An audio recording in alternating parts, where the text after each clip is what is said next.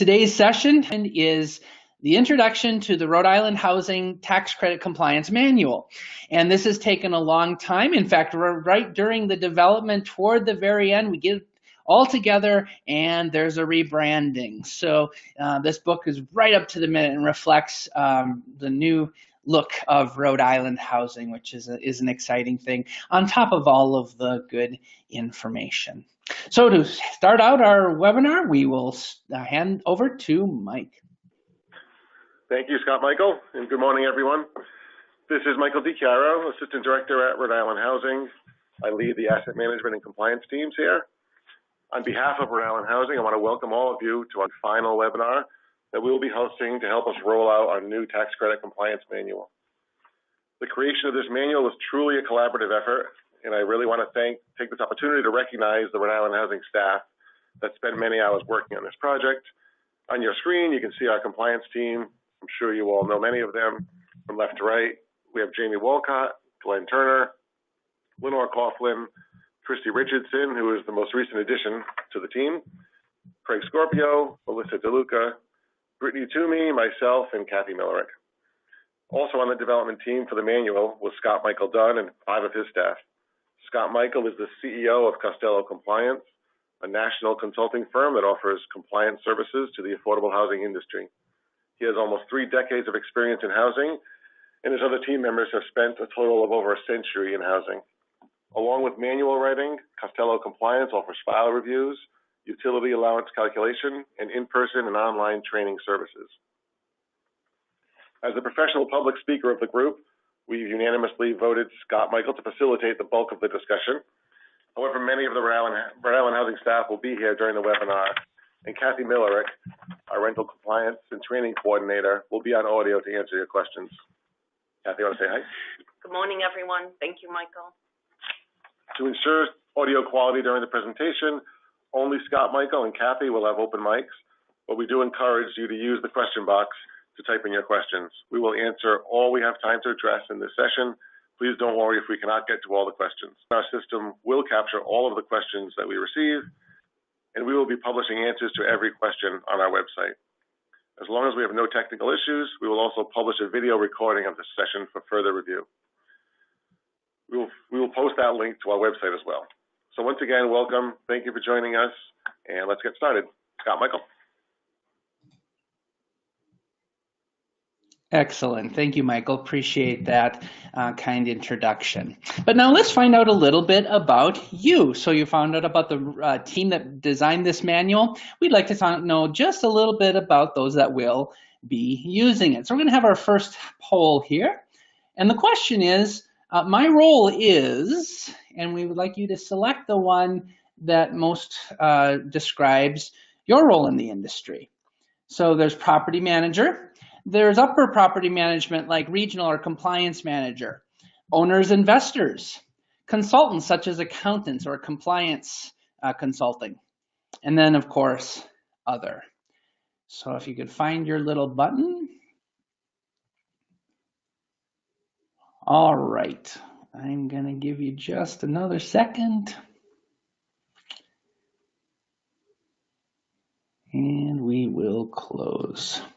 All right, just so you have a sense who's in this big virtual room with us, we have 56%, not a surprise, our property managers, and an additional 34% are regional, however your company structures those sort of middle management, and then compliance managers.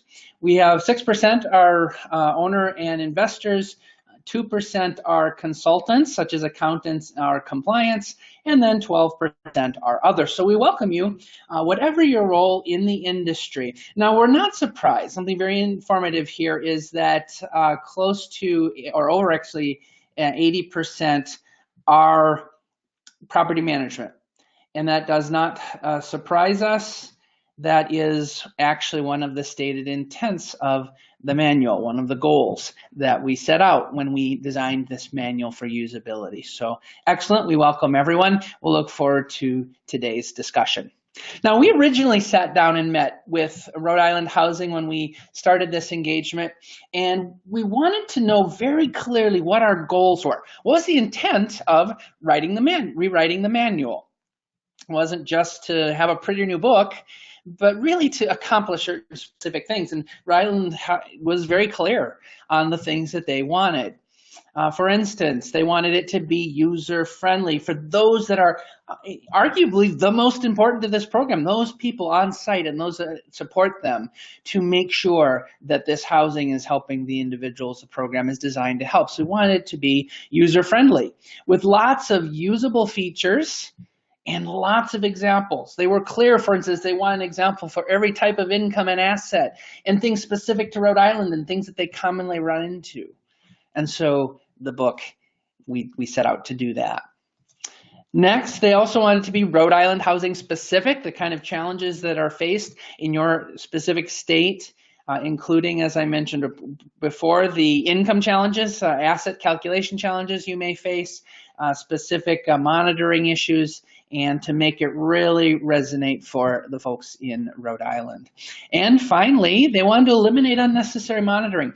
Over time, and it might even just things that are said verbally, instructions, best practices develop over time and come into layers, and they wanted to sweep that away and get back to the basics, the things that are federally required that they monitor for, and enough Rhode Island specific administration, because they need to obviously do things in accord with state policy as well, but to get rid of unnecessary monitoring and compliance regulation and rules. So that was another goal of this manual, which required extensive review of federal guidance, massive amount of back and forth emails, questionnaires, information to really help us hone in on the actual requirements federally for the low-income housing tax credit program.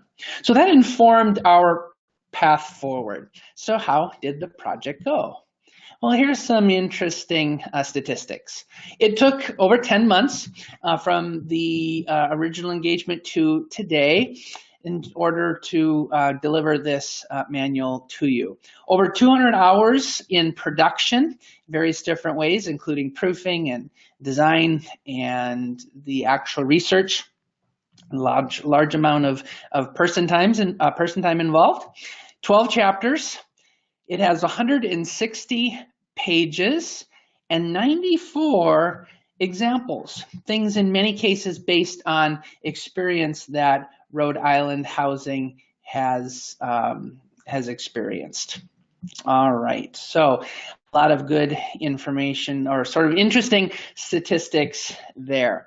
Now here's the cover that the marketing division of Rhode Island Housing put together, beautiful front cover of the new compliance manual. And as mentioned earlier, that is available for download or also available on the Rhode Island Housing website. Now we're going to look at a general outline of the compliance manual.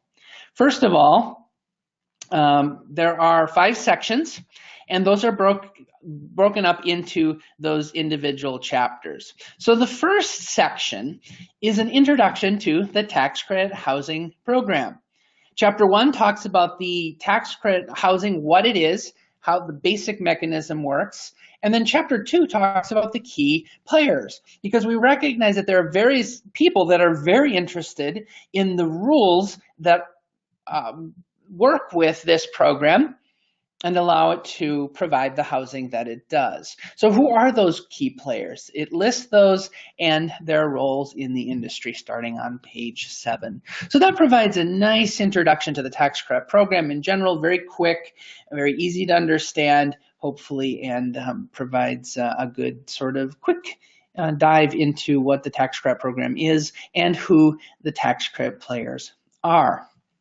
Now the next section, and many of you will go to this section potentially first and probably live here the most in terms of your time reading this manual. It's also the longest section because remember, one of our goals was for it to be user-friendly, specifically for site staff and those that support and oversee them. And so the first chapter, starting on page 13, or in this section, chapter 3 in the book overall, talks about income and rent limits. So it lays out the various different calculation methodologies that determine how these very, very important income and rent limits are determined for the low-income housing tax credit program. So that's a starting point. We need that in order to go forward. Now then we have to compare households' income to those income limits. And of course, rent is calculated based on that. So now we move into chapter 4, which talks about initially qualifying households. And this is the application process. It talks about student roles, various different factors that are sort of right up to the point where you start calculating income for a household. So it lays those out very nicely along with Rhode Island housing procedures and policies. Now, chapter 5, which is the biggest chapter in the book, has to do with household income. This discusses the major categories of income that HUD lists and examples of calculating, at least one example of calculating each.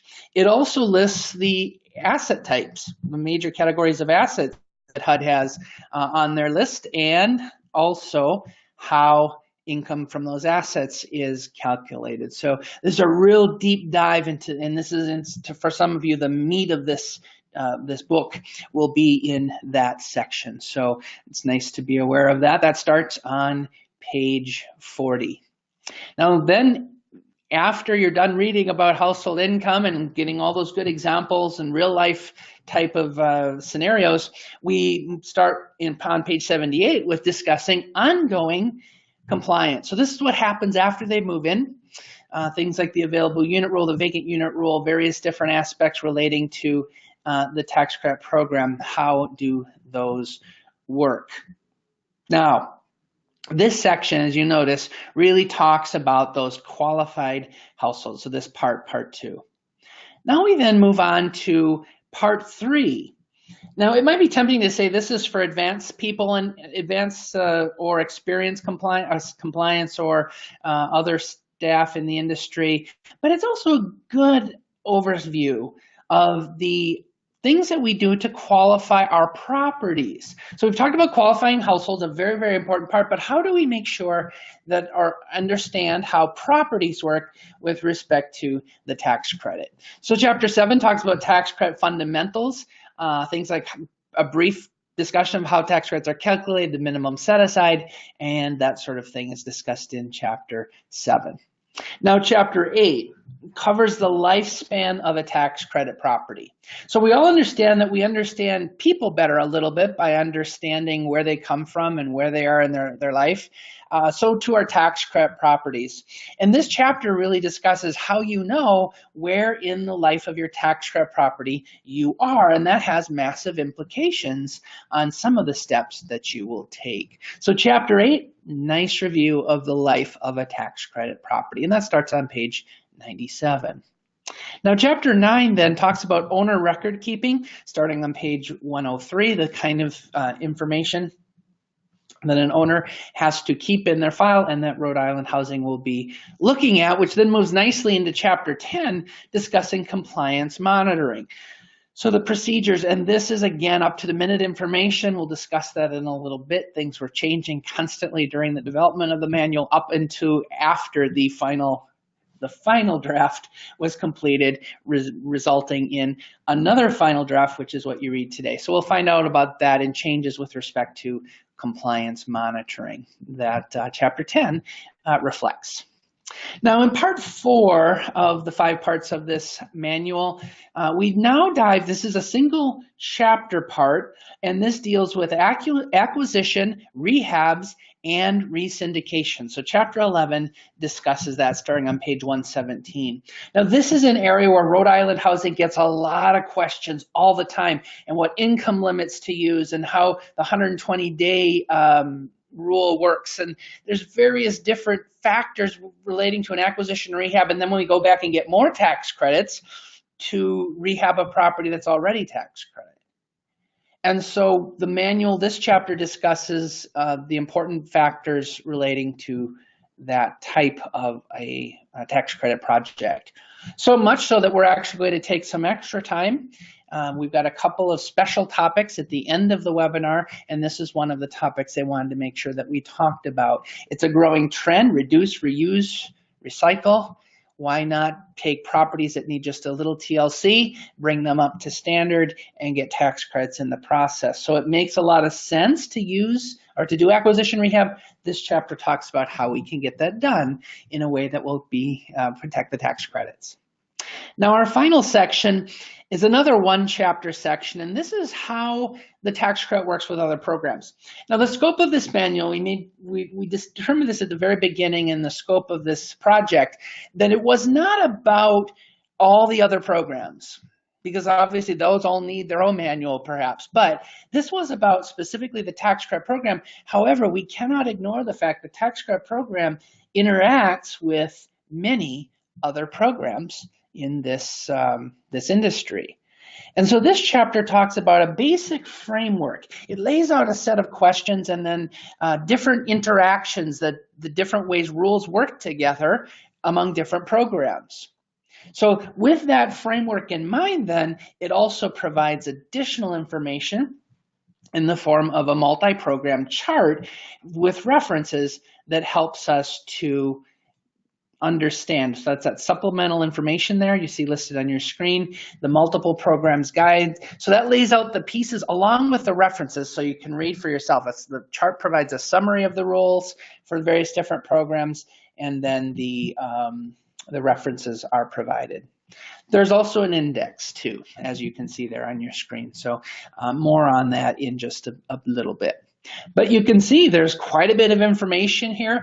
It's not terribly long or so difficult to understand. We want it to be user-friendly, but a lot of meat, a lot of good information available here in the manual. So that's a nice overview of that manual structure. Now, as you can see at the top of your screen there, we've got a set of topics that we'll have. So we've already had a brief introduction. We've had the manual structure, quick overview of the book. Now we'll talk about special features. After that, Rhode Island Housing went through and determined through this whole process all the things that we changed. And the big things we'll talk about in the policy adjustment section. Things you don't want to miss, things that we really want to let you know there have been adjustments to Rhode Island policy, and want to flag those for use for your review. We'll be citing page numbers throughout this presentation. It's okay if you don't have it in front of you. You can take notes, or the video of this will be available, of course, later. But so although I'm throwing page numbers at you, I'm not really expecting necessarily that you're following along. We're just providing for information purposes. Then we've got a few bonus topics, actually: acquisition rehab, a couple of other income averaging, and a couple of other topics that we really want to highlight. And then we'll leave time for questions. And our goal here is to answer all your questions. Both Michael in his introduction and I have mentioned that please use that question box liberally. We really do want to answer those questions. Now, one question we have, so I'll just get this, and it's a technical issue. The person who took the last poll noticed it added up to 110%. And it's okay. The questions often have more than one answer, and so people could check more than one, in which case you're going to total more than 100%. So it's perfectly fine. Several of the questions will be that way, and I almost wish it didn't actually give you the total at the bottom because it doesn't really track logically. But at the end of the day, if there's more than one answer someone can check, you potentially could have more than 100% of the audience checking a box. So just to be aware, more than 100% of the individual topics, it may not add to 100%. So, all right, just to highlight that. Now let's look at the features. This is an interactive PDF. Now it can be printed, but really the highest use of it is generally as a interactive PDF. And so let's show you some of the features that relate to it. Again, here is our manual. It is bookmarked, and there's hyperlinks to the table of contents. So let's demonstrate for you here today. So here's my PDF reader. And the first thing I want to note is the Bookmarking feature. So depending on your reader, you may have different places for this, but here is where my bookmarking feature is. And you'll notice that each of the parts are listed here in the order we covered them, and the introduction, qualifying households, qualifying properties, acquisition, rehab, and then other programs. And then if you drill down, you can go into greater detail, chapter 1, chapter 2, and then if you open each one of these up, you see the major subheadings. So in chapter 2, the key players, you got the owner, the property manager, and Rhode Island Housing are discussed. In chapter 1, we have the mission of Rhode Island Housing and tax credit history. So if you want to go to a specific topic, you just click on it and it will take you there. So here's the section on the property manager, which is what I went to. So highlight that is an important or helpful feature. Also, similar to the bookmarks, but basically right here directly from the table of contents, you find a topic that you want, perhaps household members, absent members, for instance, just as a random topic. Click on that, it will take you then to that section. So fully referenced, fully hyperlinked for your benefit. So that's one of the features that makes it definitely helps with user-friendly nature. Now I want to go back there actually and point out that, again, going to those bookmarks, we also have a multiple programs guide. We'll talk about that at the very end, but it is also clickable by subject. So if we, for instance, want to find out all the different program rules on student eligibility, we can click on that and we can see a quick summary of the tax credit, HUD, RD, home, and bond rules, and more importantly at the bottom, the references, because I never want you to take our word for it. We want you to be able to look up for yourself and determine. So then once you have these pieces laid out, we can figure out how they interact. And that multiple programs chapter, the other programs chapter of the book, which I pulled up here on the screen, really demonstrates the thought process that we go through. Once we have the pieces, now how will they interact? And we've given lots of examples of different programs and how they interact. So all of that is built into the fully interactive Rhode Island Housing Manual. Now, a few other features to highlight then on the manual. First of all, I've already mentioned the table of contents, fully clickable with hyperlinks. There is also the index, and I didn't show you that, but we have over 332 words and phrases indexed, and this had to be done manually. Each word phrase had to be identified and indexed in the underlying document, and so this was quite a time-intensive thing, but we think it will be extremely useful because this covers topics that are just too specific for the main table of contents or the bookmarking, and so this, by looking at the index, of course, you can get a much more specific look at 336 phrases and or words. So that's a powerful feature available toward the very end of the book. Also demonstrated that multiple programs guide, and one of the features is it includes information on the Housing Trust Program.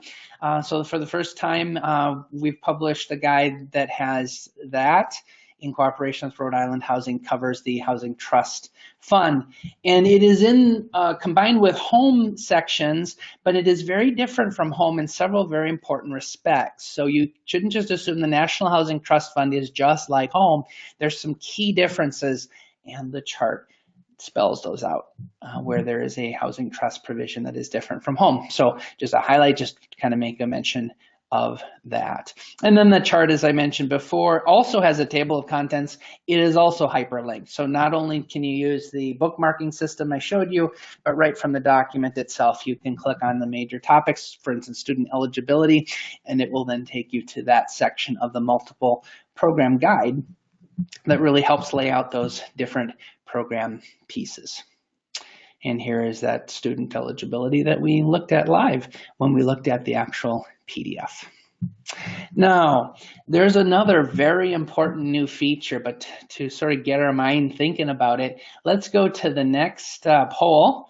Let's get the engagement here with the audience. Let us ask the question, in 2019. So literally after the final draft was ready, but before it was published, some things happened. So I'm going to just put a little trivia out here. What in 2019? So the question is, in 2019, the IRS published new regulations on, and the options are income calculation. Do you think it was that? Do you think it was student rules? Do you think it was utility allowances? And do you think it was state inspections? And it could be more than one of these.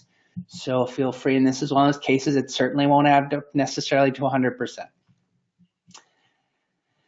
And if you don't know, that's okay. What happens in the webinar stays in the webinar. But this is just to sort of get us thinking a little bit. What do you think changed this year in a big way with tax credit regulation? All right, I'm going to close the poll. And our professional opinions on this issue, let's publish it. All right. 38% think it has to do with something to do with income calculations. 13% think student rolls. The vast majority, though, between utility allowances and state inspections, 69% state inspections, 27% utility allowances. Okay, so the answer is both utility allowances and state inspections. So excellent if those are the two you picked. All right, so those are the ones that change literally within hours of publishing what was to be the final draft of the Rhode Island Housing Manual. Now, that doesn't mean there haven't been some changes on income calculation rules. Now, this is actually a HUD change, but the new manual reflects certain changes in 2014, 2016 to the income exclusions, things we don't count for purposes of this program. And so the new Rhode Island Housing Manual, that list that's there is up to the minute, is actually more up to date than the 4350.3 HUD handbook.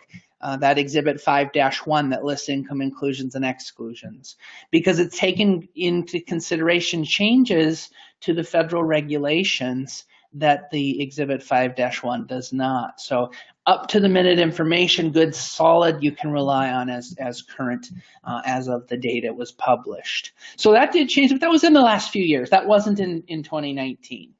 There were no changes to student rolls in 2019 either. But the Federal Register published the amendment to the compliance monitoring regulations in late February, early March, and just a few days later followed it up with the amendment to the utility allowance regulations. Now, the utility allowance regulations more just affirmed what had already been published, not so much many changes there, but it definitely had an impact on certain provisions in the manual. But the big one was compliance monitoring. And so those have changed and have had an impact on Rhode Island housing. And so those are reflected right up in this manual. We were able to, because it hadn't been released to the public yet, pull it back, make sure we incorporate the necessary changes and get that out then very quickly. So this is, and no updates since, so we're good. We're up to the minute as of right now with this manual. Now, some other features that we want to call your attention to in order to understand, and all of these serve a function. Remember, we said at the beginning that Rhode Island Housing very much wanted to be user-friendly, and one thing that can really help us to get concepts is charts. So on page 12, we have a chart that lists the things you need to get off of an important tax form, the 8609. Not only that, but how you can look at two different lines, for instance, the place in service and whether credits are deferred, and determine where in the lifespan your property is. So you can determine when tax credits were first claimed. And so this chart helps explain that, along with many other great pieces of information that we get off of our Form 8609. So that's one of many charts that are available in the new manual. Also on page 20, because there are some timelines that get confusing when it comes to our utility allowances. And so the manual lays out the utility allowance timeline. Rates have to be no more than 60 days old when you do your calculations, and then you have to give a 90-day comment period for both the state and your your tenants before you can implement. So this lays that out with actual dates to help understand how that will work. There's also another similar chart for if you're using the Public Housing Authority utility allowance specific to your area. So those charts are laid out and help to portray difficult concepts and make it more user-friendly. Also on page 116, we talk about physical inspections, and there's a chart on what's a repair that's good and what's a repair that's insufficient. So it really helps us to understand when getting our property, keeping our property physically maintained, that we're able to do so appropriately with some guidance from Rhode Island Housing and their experience with repairs that might be good and maybe not so good. Now, another concept that can be challenging, and I think anyone that's in this industry recognizes that student rules, especially now that all programs, almost without exception, have some kind of student rule and they're not all the same, can present some complexity. And so we presented some flow charts. For instance, the one on page 34 that deals with tax credit student eligibility. So how do I go through the process of determining if someone is tax credit student eligible? Now we recognize though that there are other programs. So in our chapter on combined programs, page 128 has a chart on how the other student rules, the other family of student rules. So we have tax credits and tax exempt bonds on this side. And then on this side, you've got your rural development, HUD, and home student rules, which are all based on HUD Section 8 eligibility rules. And so we have that chart here demonstrated there on your screen. So really is to help us to simplify the many, many paragraphs that also describe the rules in the book. Now, in addition, another confusing rule on page 54 when it comes to discussing income has to do with students that are getting assistance to help them go to school. And this is the only type of income that is totally dependent, whether we count it or not, if they are getting Section 8 assistance, so it gets to be a little confusing, and this chart helps to simplify that.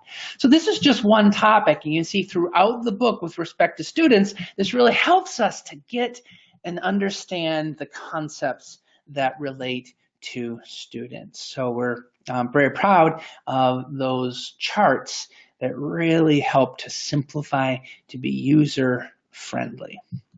Now, another thing that is found throughout the book to really help, again, with usability is helpful hints. So for instance, in the very first chapter, we talk about how if you can remember IRS, you can remember the basic things we need to do in order to protect tax credits. To claim tax credits on a unit, we have to respect the income limits and make sure we rent to households at or below the income limit. We need to keep the rent limits or respect the rent limits and keep at or below those. And then S would be safe or sanitary, take your pick. So we have to keep our property decent, safe, and sanitary. And if we can prove these three things, we can protect tax credits. Now notice the note at the bottom. It turns out these are the same basic principles for all the programs. It's just that the details differ for each individual program. So it's a very powerful, simple tool that helps. It's a teacher's tool used during teaching sessions, but also in the book to really help us to nail home an important point, simplify it, boil down. Basically, all the provisions somehow fit into one of these categories in terms of the compliance that we need to carry out at these properties. So what a powerful, helpful hint that is right away in chapter 1. We dive right into providing usable features. Additionally, at the end of most chapters, there's a warning section, avoiding non-compliance. So what you see on your screen happen to be utility allowances, and then there's several points under that, one or more. But it boils down the things that Rhode Island Housing has identified as major issues that sometimes gets us into trouble. So it's a nice warning, a graphic there that jumps right out at you and lets you know there's something that you want to be paying close attention to, because this is a trap that gets some owners, and we want to make sure that we're well armed and informed to avoid the danger ahead with these issues. So that's another helpful hint in use of graphics to really help to make points. Now, as I mentioned before, Rhode Island was very clear at the very outset. They wanted lots of examples. They wanted examples that were probably nationally true, but also some very specific Rhode Island policy, some gray area that they wanted to make sure that we covered with respect to their policy.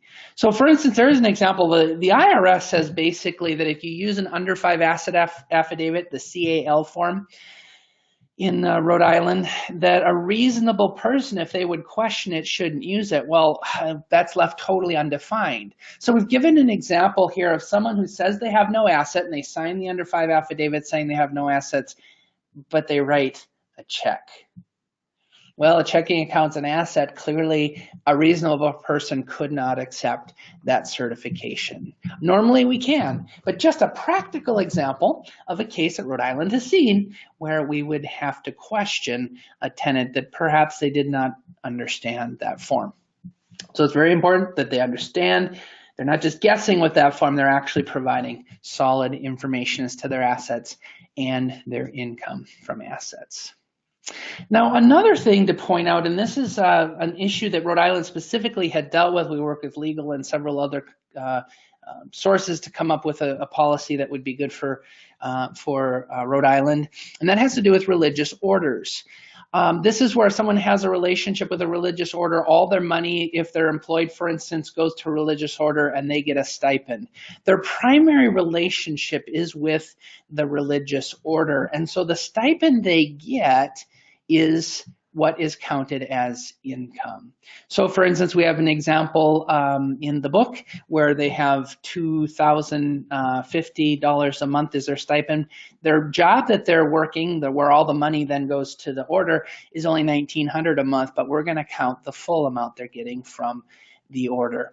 Now, a contrasting example is where they're making, the job actually is producing $5,000 a month to the order, but they're only getting a stipend of $1,320. In that case, we're going to, again, take the amount. The primary relationship that they have while under that vow is with the religious order, and we're going to count what they're actually receiving in either case. So practical examples and situations that have been dealt with in Rhode Island. Another thing, and this is really hot right now, and at many public trainings we get this question all the time. It has to do with internet-based services. And the good news is it's basically just self-employment. So for instance, Uber, Lyft, those sorts of what they call the gigger economy, where people are doing one job after another. For instance, giving people rides in Uber or Lyft. And that's just self-employment, just a slightly different version of it. And there's even some hints on how we can actually verify that information and calculate it. So that would be net income from those sorts of endeavors to the extent that they could provide expenses such as their mileage, which is generally provided in the printout, for instance, for a person that's providing rideshare services. So practical examples that really get to the heart of issues that people in Rhode Island and the nation in some cases are dealing with every day. So hopefully that will provide a great deal of assistance. Now, we've already talked about the sort of graphical nature of the manual. It's full of what I like to call infographics, charts, other things that just really help to teach and convey key points.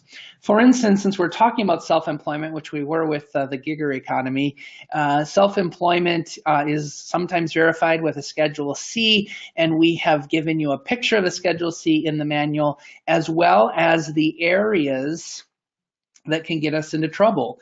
Things like the checkbox that tells us this business, this form, the income on this form only covers part of a year. So what do we have to do then? Depreciation, contract wages, and labor all affect the numbers that we may calculate, as well as what happens if it's a negative number. What happens if there's a net loss from this business? And so those are all graphically depicted in the manual to really help if you're in a situation where you have to look at and interpret a Schedule C. Similarly, we take concepts like the minimum set-aside and try to boil those down with infographics. So here we have a picture of the 8609, which happens to be the tax form that the owner uses to elect the minimum set-aside, and we show the three options relevant to Rhode Island, 20/50, 40/60, or the average income test option. which is brand new starting in 2018 and is reflected in the manual. Much more on that later. But how that minimum set aside works is listed here in this simple but effective, I think, infographic that really helps us to understand not only where to look, so there's a lot portrayed in this graphic, where to look, the 8609, where on the 8609 to look, line 10, and then what each of those elections would mean. And it is crucial to life of your tax credit property to understand your minimum set aside election. So that's in the chapter dealing with the minimum set aside. Similarly, there's concepts, for instance, in the acquisition rehab chapter on when credits will start. And this can be very confusing to people. And so this lays out the earliest possible date that credits can be claimed at an acquisition rehab, depending on when the acquisition and then the rehab is placed in service. So this chart helps to understand the earliest date that credits may begin. And that has an effect on what we do on sites. And so we'll come back to that concept, but that's a graphic that really helps us to understand. Notice the timeline, the years involved, and when exactly credits may start in two different alternative scenarios. Now, other concepts that can be challenging can be simplified through graphic presentation. For instance, an example is used on the next available unit rule. We have an example where it is followed. And so we have a building, a unit is over income, one goes vacant.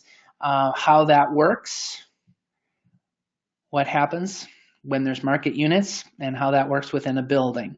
So that demonstrates the next available unit rule followed. Now in a very nice, easy to follow contrast, we have when it is violated.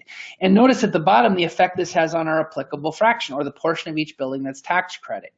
And so we see here graphically, now there's paragraphs explaining the scenario as well, but the graphics are a quick, easy primer and give us information on the topics at hand. In this case, the next available unit rule, which is arguably one of the most complex, if not the complex rule in the tax credit program when it comes to properties that have market units at the property. So this is something that's very important for those of you that don't have 100% projects where you've got some market units and have to be watching the available unit rule like a hawk.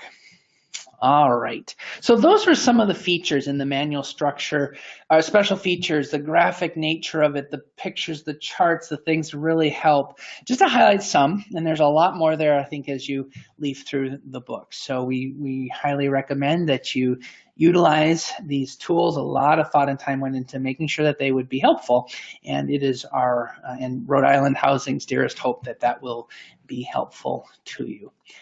Now we're going to discuss some of the policy adjustments, but before we do that, I'm going to check our questions to make sure there aren't any new ones. And I don't see any new ones here. And all right, we have a hand raised, but I don't see that they put a comment or a chat in. So there we go. All right, so let's talk about what changed. And there's a long list, but we're going to highlight sort of the big things, the things that is important to understand and that Rhode Island has identified as an important matter. Excuse me.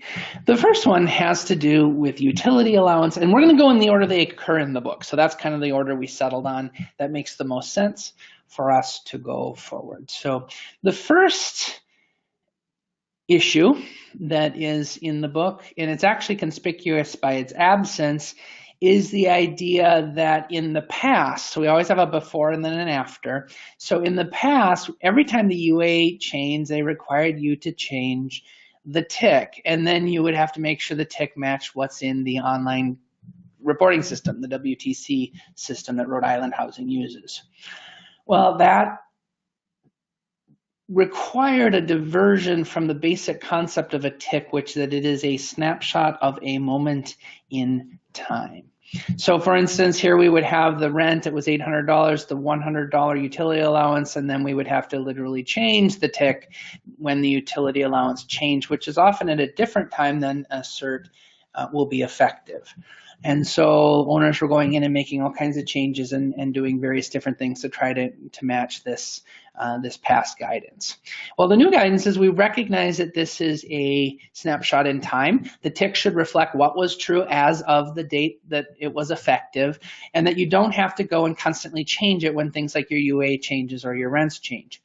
Now, so we're going to make sure there's paperwork in the file demonstrating what happened. So notice of rent increase, change in utility allowance, so that Rhode Island Housing can track it when they're monitoring the file for compliance, but we're not going to be changing those ticks all the time. We know those are a snapshot as of the effective day of the cert. So you'll find nowhere in the manual any instructions to change the tick after it is initially or after the effective date. So that should capture what was true back at that point. Okay, now the next point has to do with tenant selection policies. Now in the past this wasn't explicitly addressed. There were different approaches perhaps being taken to tenant selection policies, but the new manual on page 24 specifically mentions that it will be part of the desk review. It also lists a place where you can go, which is the 4350.3, chapter 4. So that's the HUD handbook, has a nice summary guide of all the different things that need to be included in tenant selection policy. Now, some of those, just to be clear, don't apply to tax credits. So we would take those out, but the bulk of that list of tenant selection policies apply to affordable housing in general. So that's a real nice reference that is provided, and those will be reviewed by Rhode Island Housing. Your tenant selection policies will be part of the desk reviews. So it's good to be aware of, along with the tools that were provided in the book that reference in chapter 4, and especially the handy exhibit that lists all the things that are part of the tenant selection policy that would be appropriate. Just take out the HUD stuff if you're not also a HUD property.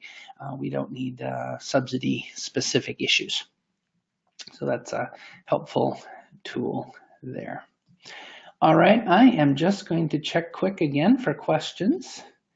Looks like we might have had a couple. Nothing new that we haven't answered. So let's talk about pay stubs.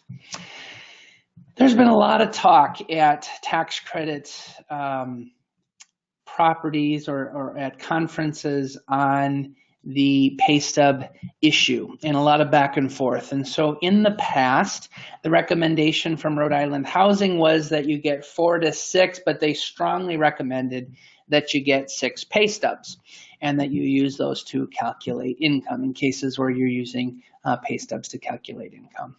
So we could have 4 checks with the stubs. Obviously, it's the stubs that we want that lists all the different factors that go into that income. Or 6, which was Rhode Island's recommendation. Now, the interesting part about this is this could have been 4 to 6 weeks or 4 to 6 months, depending how often the person is paid. And that's what the debate is about.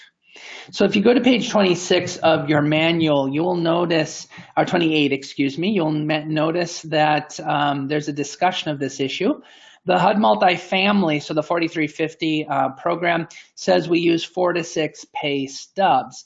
HUD CPD actually specifically addressed this when they revised the home manual, or excuse me, the home regulations in 2013, and said that wasn't sufficient because that could be 4 to 6 weeks or 4 to 6 months, and we wouldn't be treating people even fairly or consistently by looking at a differing time frame. So the new regulations basically require 2 months of pay history.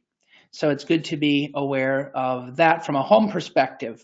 But Rhode Island had to think all these issues through. And verification rules are left up to a great deal to the state, according to IRS guidance. So they had to think through which approach they felt was best.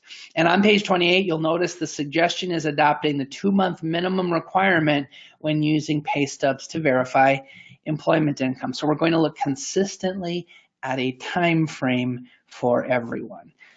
So depending on how often they're paid, I could need to get more or less check stubs. How many is that? Well, if you know that you need to cover a 2-month time frame, we have provided a helpful hint chart that lists if they're paid weekly, because there's more than 4 weeks in a month, they would need a total of 9 weekly pay stubs, 5 if biweekly, 4 if semi-monthly, 2 if monthly. So this will be the time frame or the number of checks that will satisfy Rhode Island Housing suggestion when it comes to the number of pay stubs. Looking at that time frame, it also nicely coincides this then with the home program. Since there's a lot of home and tax credit overlap, this is a useful tool that will help with aligning the various different programs, and it's well within the regulatory authority of the state agency to decide. All right, looks like we have a question. Very good. Gina has a question. If a property is layered with HUD, can we use the same tenant selection policy for tax credit, or do we have to create 2 different tenant selection policies? No, we can use the tenant selection policy for HUD. It's just got provisions we don't need for the tax credits, but it has everything we need for tax credits and more. So it would be perfectly acceptable to have 1 tenant selection policy for your project. So although that guide was mentioned and taking out HUD provisions, that's really only if your property has no HUD. If it has HUD, then a tenant selection policy. And various degrees of spelling out the differences between different units is sort of something each management company will address in their tenant selection policy. So very excellent question. Very much appreciate that. All right, I don't see any more questions, so I am going to move on. Again, please use the question box if you want to ask a question. All right, the next topic to discuss has to do with fixed income verifications. So this is where, for instance, Social Security SSA, which only changes once a year generally in almost all cases with a cost of living adjustment or COLA, and it is therefore fixed. And in the past, the guidance was that those verifications are allowable for 120 days. Generally, verifications are good for 120 days. But in the case of Social Security annual benefit letters, they were used until March 31st of each year, even if they exceeded the 120 days. Well, they thought through this carefully, looked at various different options available to them. In page 29, we'll let you know that the most current Social Security benefit award letter is acceptable throughout the current benefit year. And that's for things that don't change, like SSA. Now, Social Security Disability, SSI, tends to change based on income and would not be applicable to this, and the manual spells that out. So, but fixed income sources, where it only changes once a year per COLA, then we can use the letter announcing the COLA basically through the rest of the year that benefit covers. Okay. Very good. We have a question on pay stubs. I think I'm going to save that just a little bit here, but we will get back to that. Now, another issue that the old guidance just didn't address, and that had to do with students. And really, there were certain key issues that are often debated across the industry that were simply not addressed by Rhode Island Housing. So the new manual has addressed these. There's rationale and thought process and documentation on why they used the approach they did. But it establishes, for instance, that if you're qualifying a student household, so everyone in the household is a student, and they're meeting the single parent dependent child exception, there's the question, what happens if you have a parent and child, but maybe, for instance, the parent is living with their brother, right? So you got a brother and sister and then the sister's child. Would that qualify or not? And Rhode Island's Housing's answer, and page 30 lays out that as long as you have a parent and child in the household, the others it'll still qualify a household, even if others don't fit the parent or child status in that household. If there is a single person in the household, one in a household of others that is married and entitled to file a joint tax return, they also will meet the married and entitled to file exception under the tax code for full-time students. And then unborn children. And this is actually reflecting a notice, so this just reflects other guidance that had been in the past, but basically unborn children are counted for purposes of the student rule as well as for income limits and for other purposes in the tax credit program, specifically income limits and here student rules. So those could be different in other states, but these are the policies that have been developed for Rhode Island. Now I want to go back to the question that I mentioned about pay stubs. So the question is, and I'm going to read it here, and I may ask for Kathy's feedback. The question is, I'm in the middle of an annual recert effective in June. Do I need to go back and use 2 months worth of pay stubs? First of all, we're assuming you're using pay stubs. You're not using a verification of employment. So otherwise, if you're using a VOE, you can just move forward. But I would open that up. Kathy, if you have any thoughts, otherwise I can take a stab at it. Okay, so they're in the process of a June recertification now. They've done the paperwork already, I think. We would not expect anyone to go back going forward for the next certification or any move-ins, or but we wouldn't expect anyone to go back. Excellent, thank you. And that's what I had suspected as well. And it's also not a requirement we only use pay stubs. There's obviously still verifying with employers and other options available in the manual. So, but if you do use pay stubs, the recommendation is using the 2 months, which will also nicely correspond with home. So it shows up nicely with other programs. All right. Now this is another area, because when we produce these manuals, we needed to address certain areas that might be controversial in the industry and come up with an approach that fits the federal guidance but also meets state requirements, and areas especially where the state has a great deal of freedom, things like how to verify and a certain degree calculation methods. Now, let's look at this issue. This issue has to do with what happens when we use what some people call conservative methods. So in other words, we pick the most restrictive way to look at this math possible and almost looking for ways to disqualify a household. Basically take every possible way, and if any of them put them over, just calling them over and moving on. Well, in the past, the recommendation was that for annual income calculation, you have to look at it as many ways as you can and use the highest amount, not using average hours as an example. So that was generally the approach, and that's not necessarily unique. In fact, it's not in the industry. It is a very common approach. However, it means a lot of households might be turning away just because some possibility puts them over, but the actual facts might not match that. So, for example, an example might be that the employer anticipates 35 to 40 hours. In the past, that would have been a must-use 40-hour scenario. Now, here is, after a great deal of discussion and thought, the approach that Rhode Island is going to recommend. And this is on page 40 of your manual. They don't think it's in the best interest of the program or the tenants that we are seeking to help to do everything possible to disqualify them, that we come up with a consistent way that makes sense. And also, in light of the fact that the actual IRS regulation says this, tenant income is calculated in a manner consistent with the determination of annual income under Section 8. So our calculations should match what Section 8 does.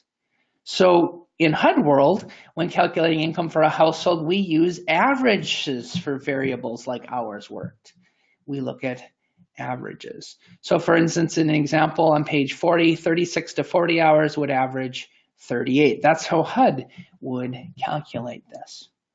Now, Rhode Island has said very explicitly in the manual, and you can read through, there's more to it, to their guidance than this, but basically they will allow a reasonable method of calculation developed by the owner, such as average hours, or annualizing year-to-date numbers as long as these are consistently applied and make sense based on the verification and other information available, including using average hours to determine household qualification, because that's a manner consistent with Section 8. That's how Section 8 calculates income.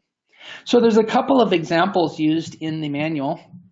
One is a range of hours, and that's the 36 to 40 example we used on your screen, and that would be a 38, is a perfectly allowable method of calculating that household income as long as it's consistently applied.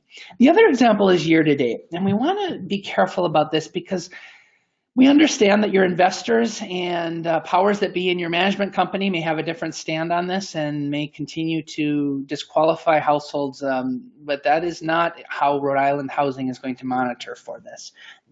Disqualify households simply because one way of looking at it, they may be over. For instance, the example is on year-to-date. We have an employer that anticipates, according to the VOE, the Verification of Employment, $25,478 a year. But if you look at year-to-date and annualize it, it'll put them at $27,000. So Rhode Island's suggestion is that if it matters, if it makes a difference, if literally the 25 is under the limits and 27 is over the limits, that the year-to-date not become an automatic denial, but it become a red flag. That the owner should then look further into the situation. Is there a reason that the historical information will not reflect the future?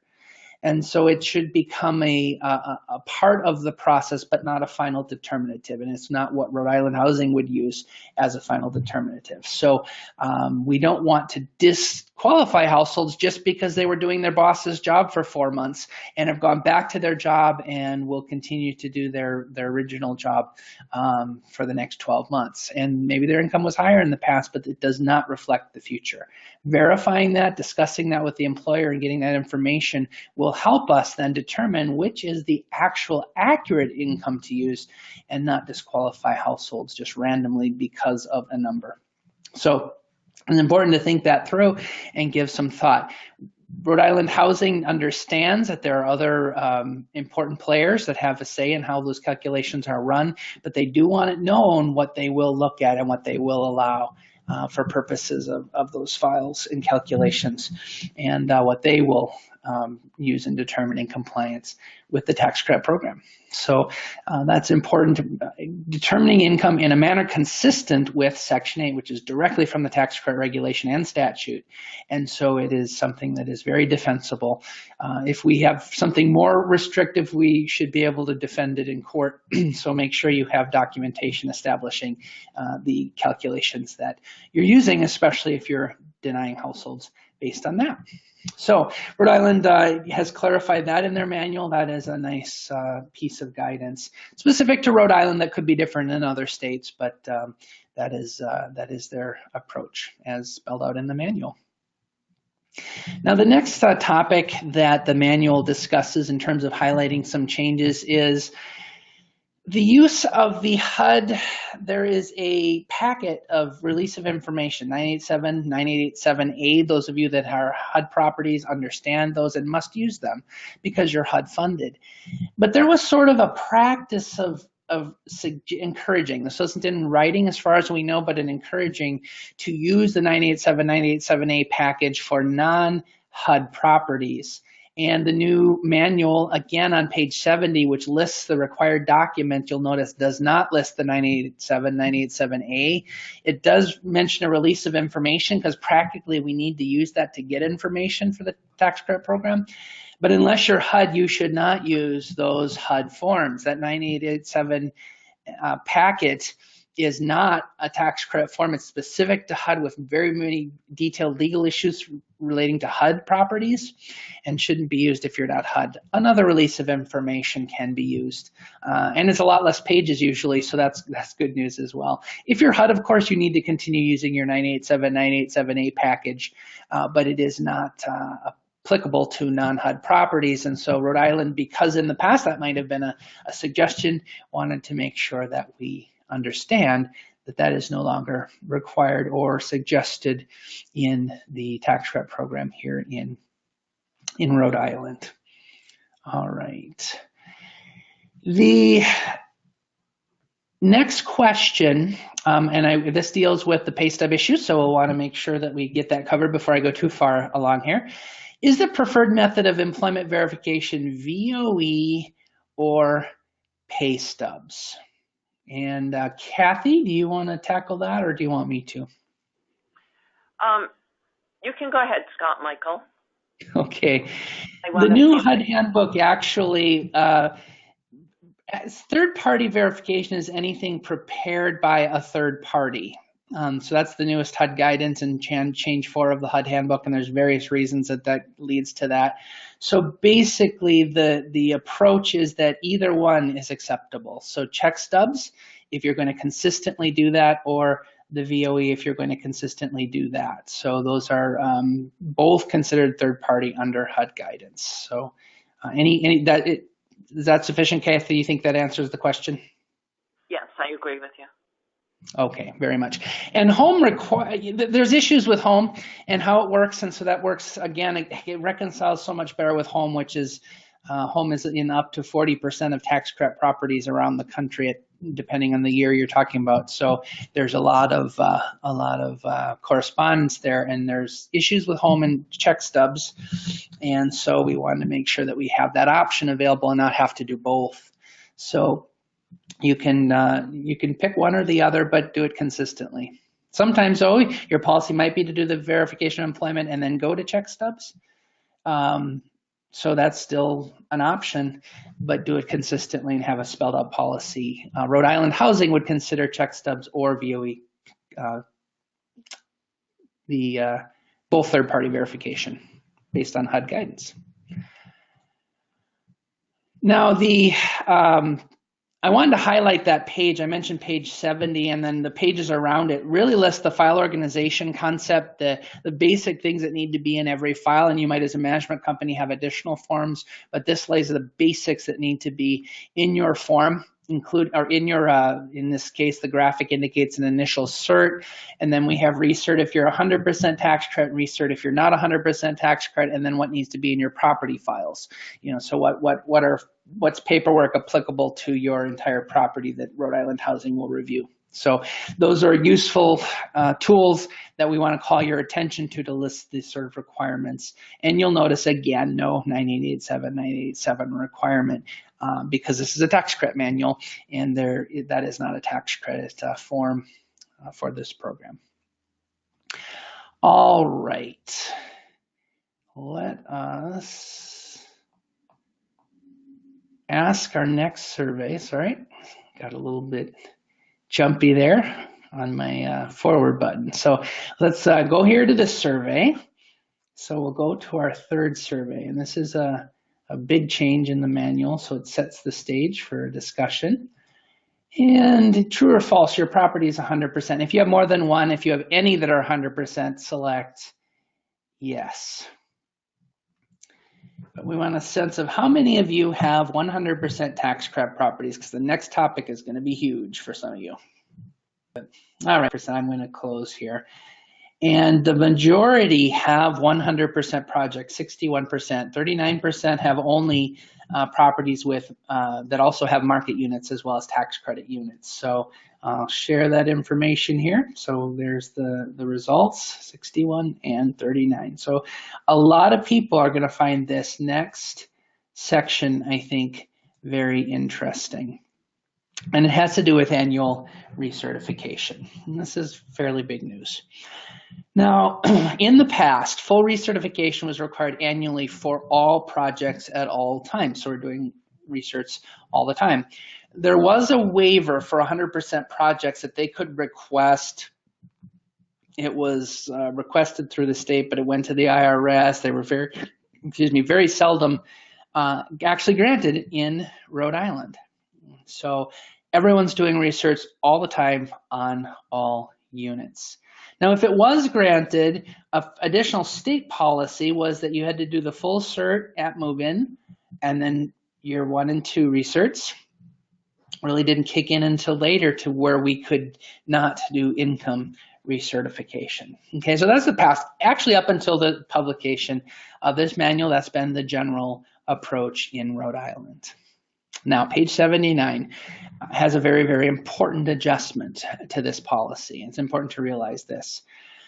In 2008, there was a law called the Housing and Economic Recovery Act, HERA, and it actually eliminated income recertification for 100% projects by law.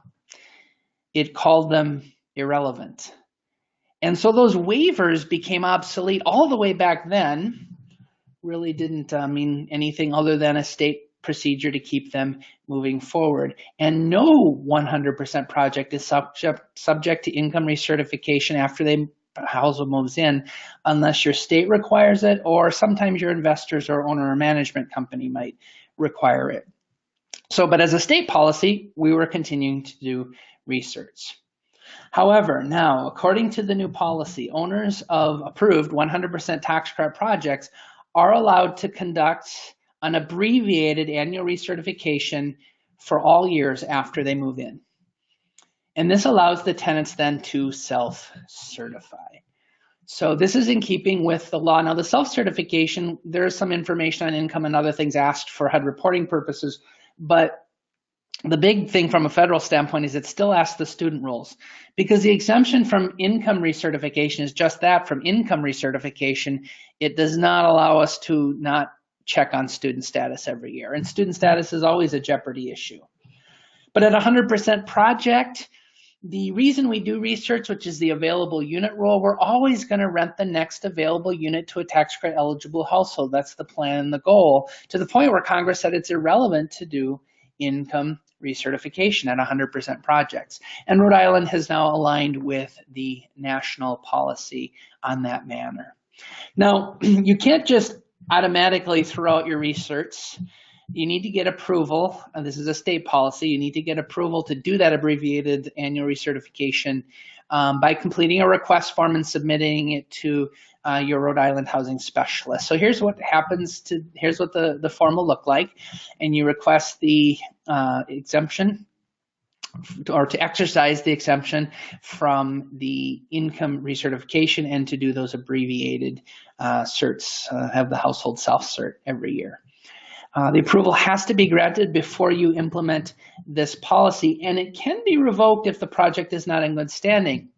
The guidance, 8823 guidance from the IRS is that an owner of the state may institute income recertifications if they have no confidence that compliance will be maintained. And so that can be revoked. So it is not without conditions, but we expect that many owners will take advantage of this benefit that have 100% projects. Go through the process, don't just stop doing research, but it represents a major savings in time and effort on something that the IRS considers irrelevant, or that Congress considered irrelevant. So that is a provision that Rhode Island Housing is fully behind. Now, if you have other programs, we realize you might have to do research for those programs. We get that. So how you manage this with your other programs may vary a bit, but from a tax credit standpoint and what they're going to look at in terms of compliance will be greatly minimized by this requirement. And we think it is a good thing, and we think it will benefit the managers and the people that we serve with this program. Now I'm just going to check, because that one sometimes gets some questions. All right. Don't see any there. Another policy, there is something called the vacant unit rule. And in the book on,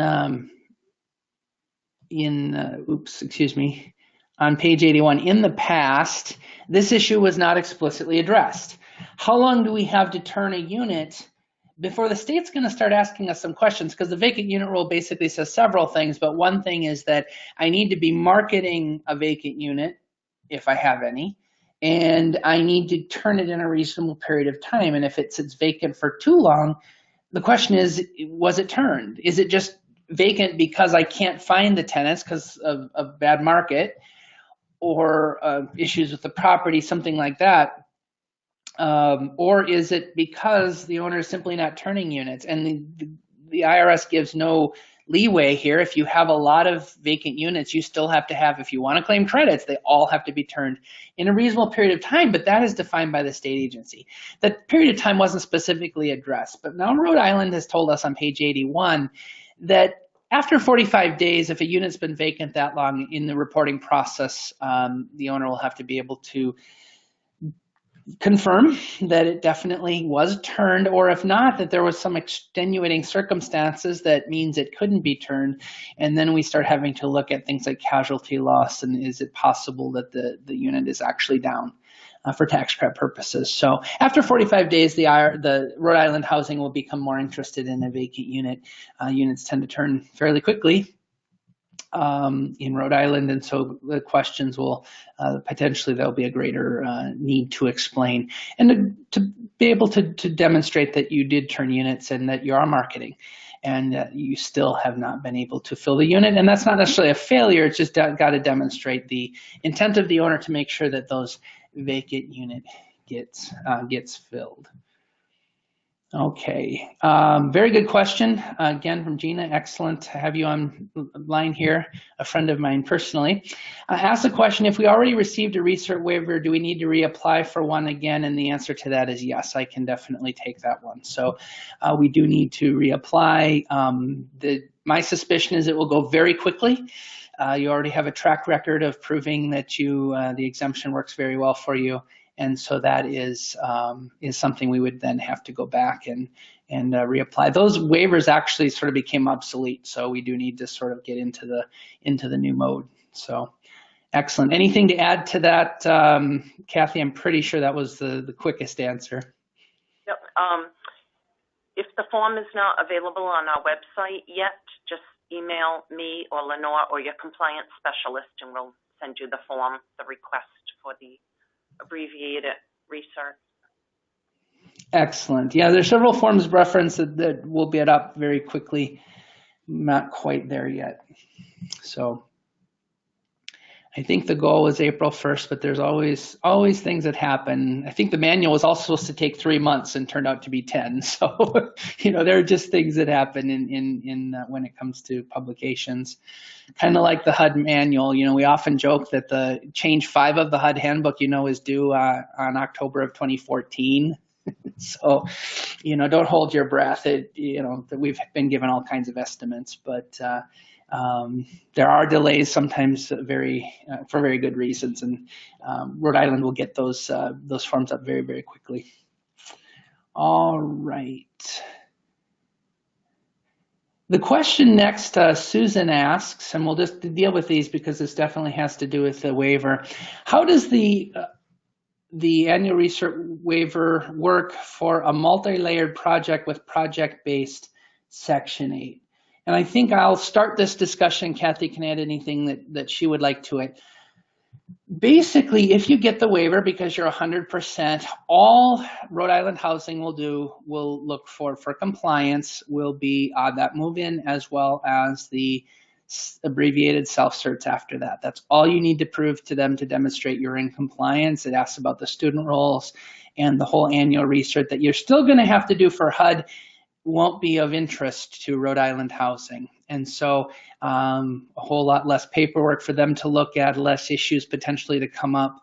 And so that's how they'll work if you're layered. So it still represents a benefit, I believe, even if you've got other programs still requiring income recertification. So do you have anything further to add to that, Kathy? No, you said it very well. Thank you. Excellent. The next question is, how often do you have to reapply?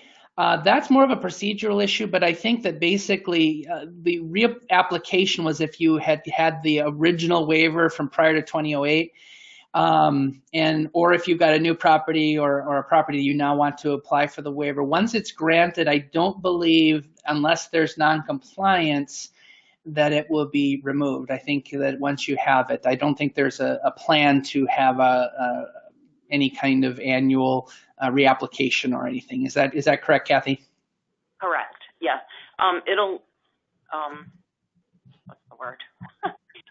Yeah, it's in perpetuity unless something happens that we have to revoke it. You can assume that it's the continued waiver. Very good. Excellent. So really good question. And then the final question is, where is the request for the abbreviated annual recert posted? Again, that will be posted on their website. And I suspect there'll be a notice of some sort to let people know, or their email list to let people know that that is now available. Otherwise, as Kathy mentioned, you can email them and they'll be happy to send it to you. It's just a technicality of getting it up on the website. Not the form has been produced. So does that state what you want to say, Kathy? Yes, exactly. Yeah, we're a little behind schedule in posting the forms, but we do have them available. Okay, excellent. The next question is a home question, and I am going to defer that. So I do appreciate we got that, but I think that one may need a more complex writing and answer. So we will be providing that on the FAQ to this broadcast. Excellent. All right. A couple more things to point out, and then we will be taking a brief break. So if you kind of need to have a goal in mind, we will definitely take a break before we dive into the bonus topics and then further questions. This has been great. I think we're getting exciting and very good and unique questions this session, so that's very good. As Mike mentioned, this is the second webinar we did. It's the exact same webinar, but the questions can make it slightly different, so excellent. Now, before, there was nothing explicit about allowable fees, but it turns out the IRS has given us some guidance, plus Rhode Island had some guidance that they wanted to incorporate. And so on pages 82 and 83, there's actually a chart. Can I charge this? Fees at tax credit properties. What's acceptable, like an application fee, as long as you're just recovering your out-of-pocket costs? What's not acceptable, like requiring the tenant to pay for third-party verification. So it lists the various different things. We can't charge fees for anything that's part of eligible basis. So fee for using our community rooms, that sort of thing is unacceptable. This lays it out nicely in, again, a nice graphical chart format. And also, because a lot of managers struggle a little bit with what's normal wear and tear, and what that I can charge a tenant or they can't charge a tenant for, and what is actual damage. And HUD has provided some guidance that we have passed along, kind of repackaged it in a little more user-friendly, readable format, and that chart that has to do with fees also includes what's normal wear and tear and what is tenant damage, with some examples of each. So useful, helpful information with respect to fees and the things that we can charge. So very helpful, we hope, information for you. Before, when it came to rent increases, you were allowed a specific dollar amount, $25 every 6 months without approval. Anything more than that, you would need to get approval from Rhode Island Housing. The adjustment is, and this was also published as a notice, and I really wanted to highlight this because there are some things we knew were subject to change or adjustment, or procedural things that could change every year, for instance, annual reporting requirements. And so there are times where the manual says refer to current RIH policy, Rhode Island Housing Policy. And this is an example on page 82 about rent increases. And so that would drive you then to the most recent program bulletin, which was 2019-04, which basically says that tenant rent can increase 5% every 6 months without approval.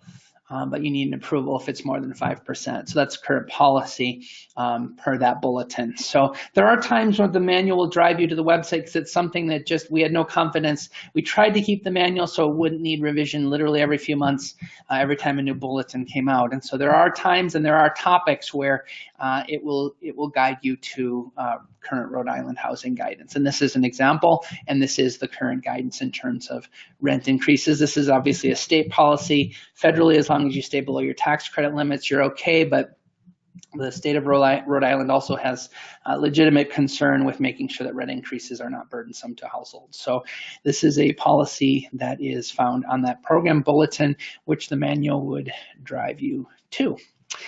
Now, lease terms used to be a minimum of 1 year was required, kind of mirroring home, HUD, other programs that require a year. However, obviously, as we reviewed all the issues involved, the tax credit program really only limits the initial lease must be at least 6 months. And so that is the policy in keeping with trying to get back to the federal requirements when at all possible. That is the requirement listed on page 95 in terms of minimum lease requirements. So back to that 6 months. Most owners are still going to choose a year. We understand that makes a lot of sense, but there are circumstances where less might make sense for a specific property. And as long as it doesn't go below 6 months, that initial term, just that initial term, you will meet Rhode Island housing policy with respect to the tax credits. Now, I think we got one more survey here that we'll do before our break. And we will launch this. So the question is, generally, 20% of units will be reviewed during a tax credit inspection. True or false? And remember, I said that there had been some changes to the monitoring rules, so this might be what that's about. So.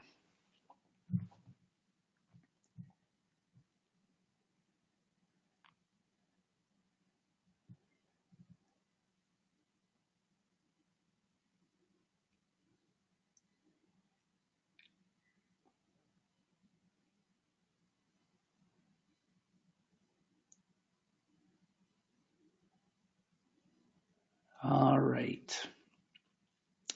I'm going to close the poll here. 54 of you think this is true. 46 think it is false, as seen there on your screen. All right.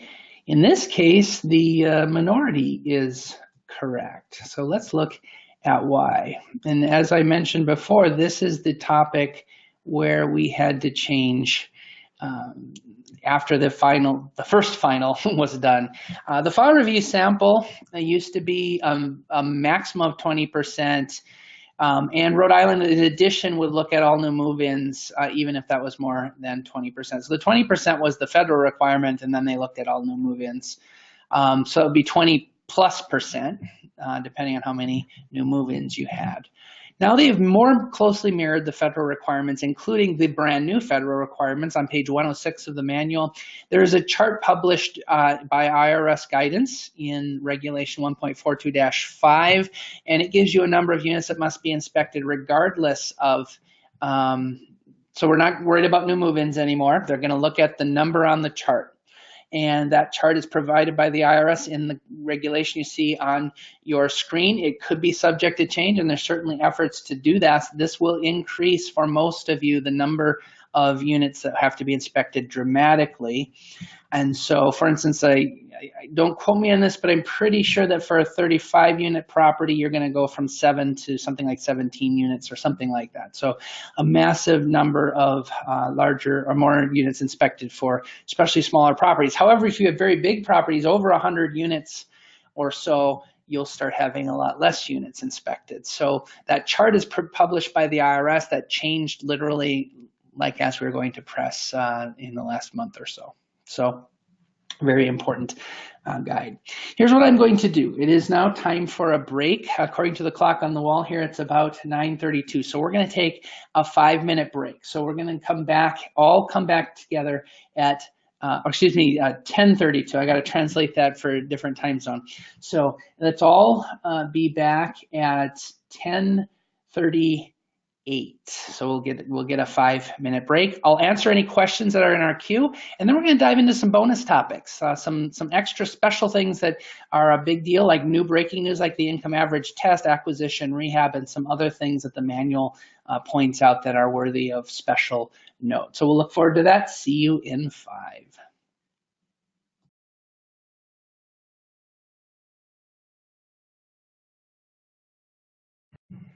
All right, I hope everyone enjoyed their little break.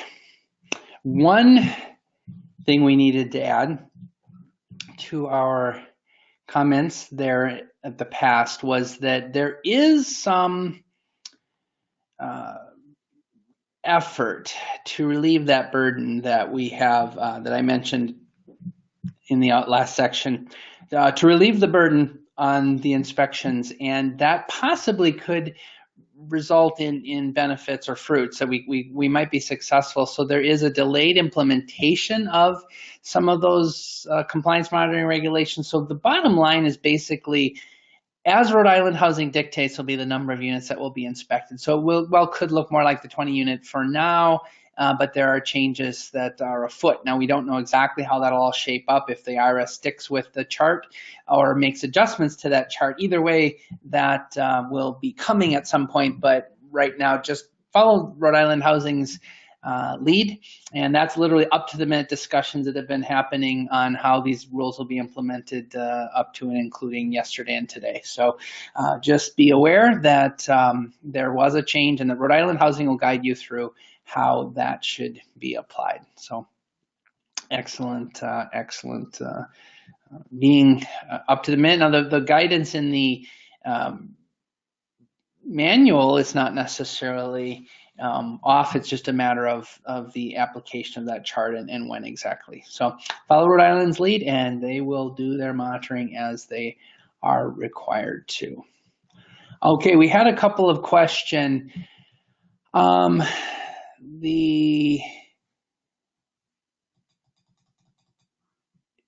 Again, I think about compliance layering of Section 8 and tax credit property.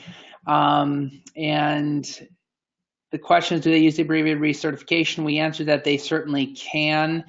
Now, here's how that would work then, because I want to know specifically, do we verify assets, et cetera, et cetera.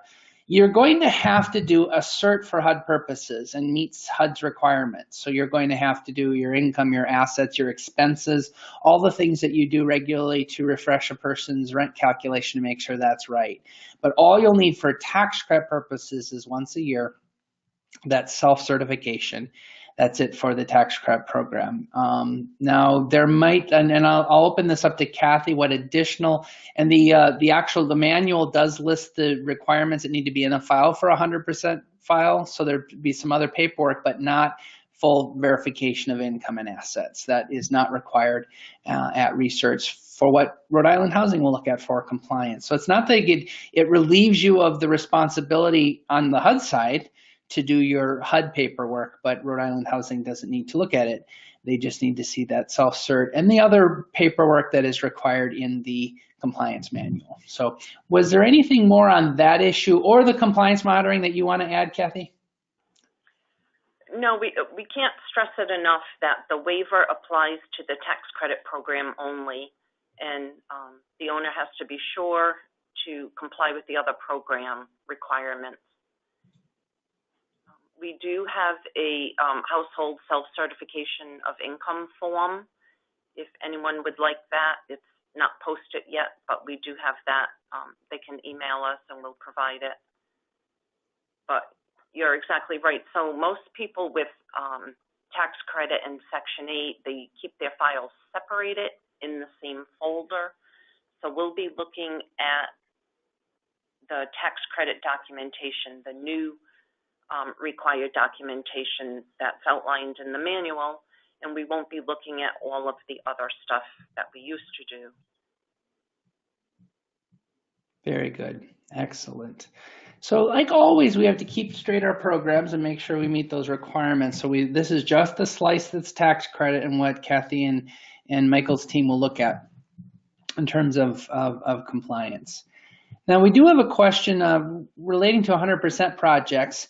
Is a property with a maintenance unit? So this would be I'm assuming, so I'm going to give you some assumptions here, that this is a unit for a full-time employee to the property. So it could be an employer in this, it could be a manager, it could be a maintenance. In this case, you mentioned it's maintenance. So the tax credit program allows us to have a exempt unit to be non-tax credit, so we don't count it toward our applicable fraction. We can have the unit for a full-time employee, but not count it as tax, or they don't have to be tax credit eligible. The question is then, are they still 100% project? The answer is yes. So if you have 100 units and 100 tax credit units and 1 manager's unit, and that is considered for purposes of the tax credit program an exempt unit, then, and your applicable fractions based on the 100 out of 100 units, then you are 100% tax credit, even if you have some employee units at the property. So that's a very good question. And that really does touch then on the 100% exemption. So tax credit employee units that are considered tax for purposes of the tax credit program and how credits are calculated and claimed those exempt employee units are definitely not part of your units for purposes of determining if you're 100%. So that's good news. All right, very good question. All right, the next question is, what if there is home at the development? Will the waiver cover the abbreviated recert as well? The abbreviated recert is tax credit only.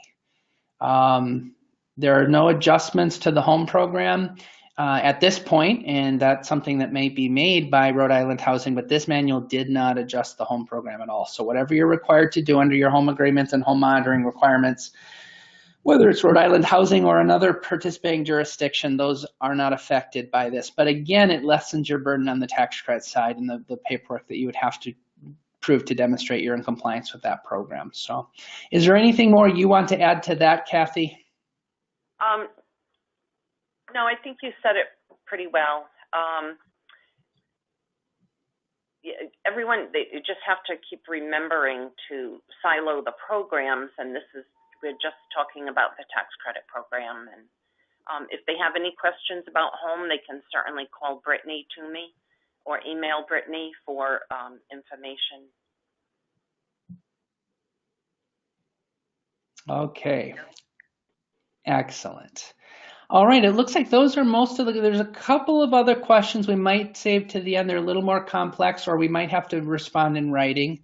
So we'll move on here, but we definitely appreciate all the good questions. And we'll end up with some preloaded questions that we got to ahead of time or from the last webinar, so that's good.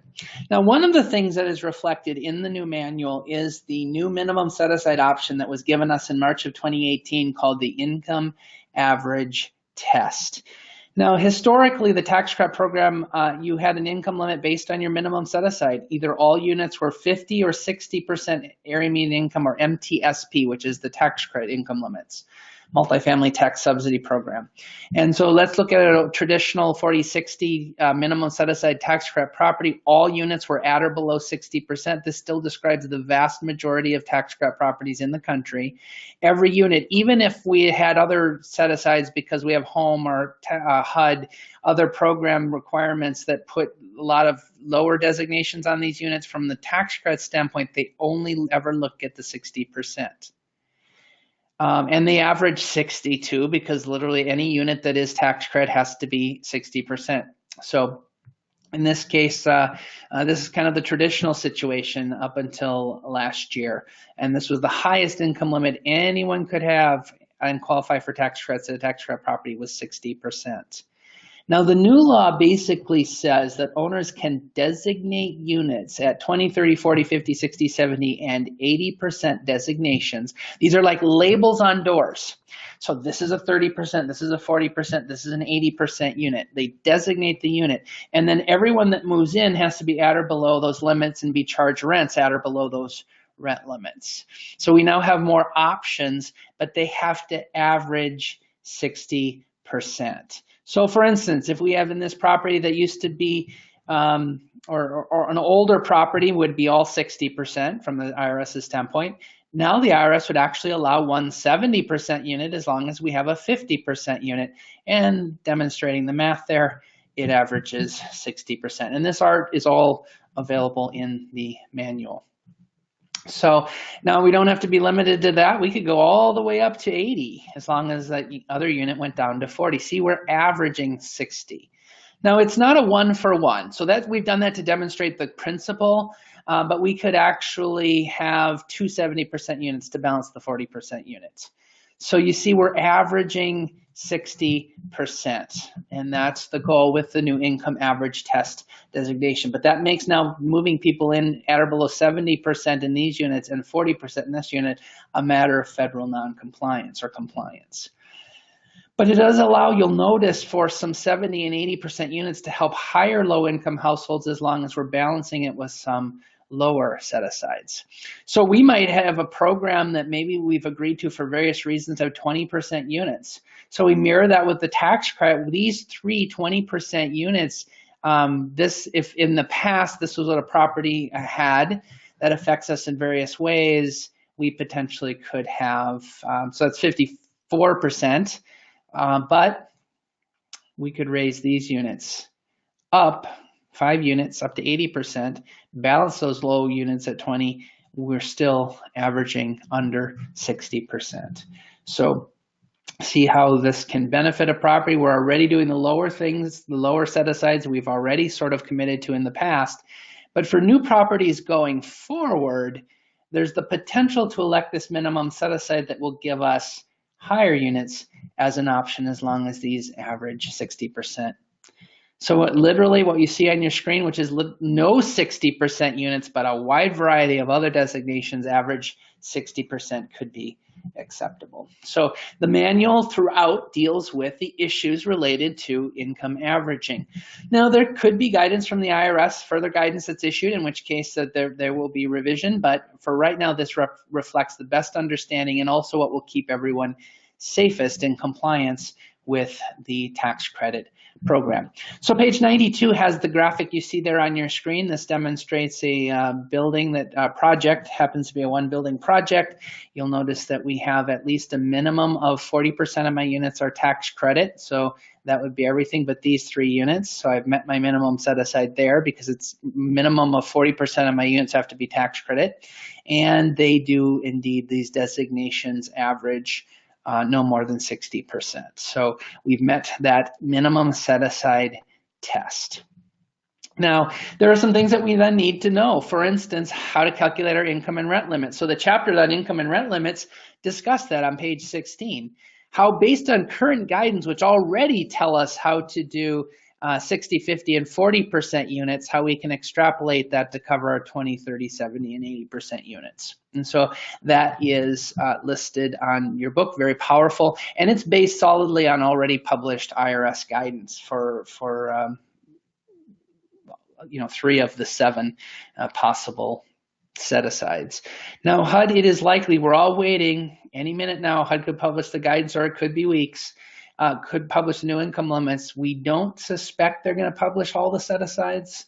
They might stick with the traditional 60 and 50%. We already know how to handle the 40s per guidance and it's a guidance about the deep rent skewing, but it still applies in concept to this principle. If they don't, we will have the tools that we need to calculate those set-asides for income average test properties that elect this minimum set-aside. And it's only for new properties going forward since the law changed. This won't qualify, properties won't qualify unless we get new credits going forward. So this is something that we need to be aware of. It also, the book then goes on page 16 to talk about how we calculate the rents based on those set-asides. So we've given you information in order to be in compliance with those designations, those labels that owner puts on the door. We want to make sure it's very clear too that this is not an average of household incomes. This is an average of those designations we put on the door, and then everyone that moves in has to be below those income and rent limits. As long as they're below those, they're in compliance. And so that's, it's very important to realize if we were trying to average, this person's at 56%, this person's at 87, or that would be over, but let's say 77, and try to average all that out, that would be impossible. This is just the designations or labels that we put on the door, and the determination of whether that stays in compliance has to do with whether we move in households qualified for that label, that designation that we have put on the door. Now here's some specific Rhode Island policy. The average should not exceed 58% to meet the state requirements for income averaging. There should be no clear skewing by unit size. Basically, there should be reasonable parity.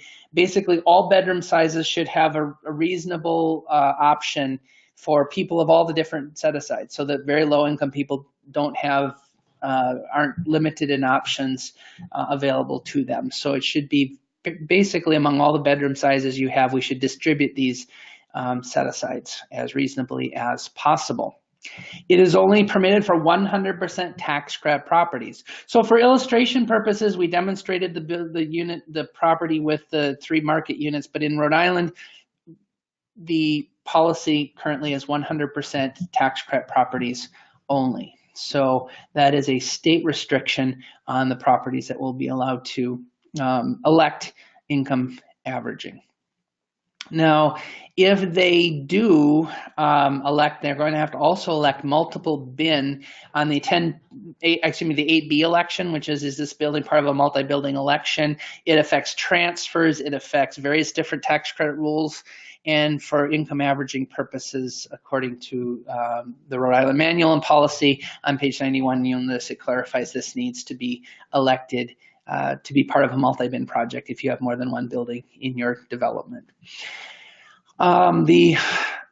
When the allocation process, so this will all be intentional and this will be thought through as we go forward. In the allocation process, it could be denied based on previous non-compliance of the owner. It's just a little more complex, keeping track of all these different set-asides, which will now be federally important to your tax credits. And based on past performance, Rhode Island Housing may deny the application for the income average test election. There's additional education requirements that will be required at a property, additional reporting requirements, and the manual lists some of these as they have been determined thus far. There'll obviously need to be a rent study to determine that those rents are achievable based on a appraisal commission by Rhode Island Housing. And it's encouraged very strongly that the owner underwrite these at less than 80% rents in order to preserve greater affordability. And then they'll want to know that the limited partner investors have approved the proposed income averaging, and this is reflected in the letter of intent and limited partnership agreements. So there's some requirements that are specific to Rhode Island Housing and how when a property does choose to elect income averaging, how they will do so. Now, income averaging benefits us in several ways. Obviously, there's a little bit of potential greater rent, maybe greater debt leveraging because of the effect of tax reform. There's the great possibility that investors will be less interested in the tax credit going forward.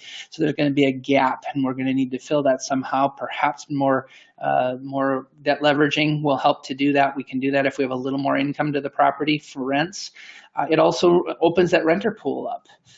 It helps more people up to 80%, which the new law considers still to be low income for the tax credit program. So there's a lot of things. And then preservation, the potential to where we have properties that have other programs that are being rehabbed, and they might have over-income tenants, and this gives us more of a cushion to preserve some of those over-income households that in the old days might have been considered over-income but are still below 80%. So there's a lot of benefits to this income average test option.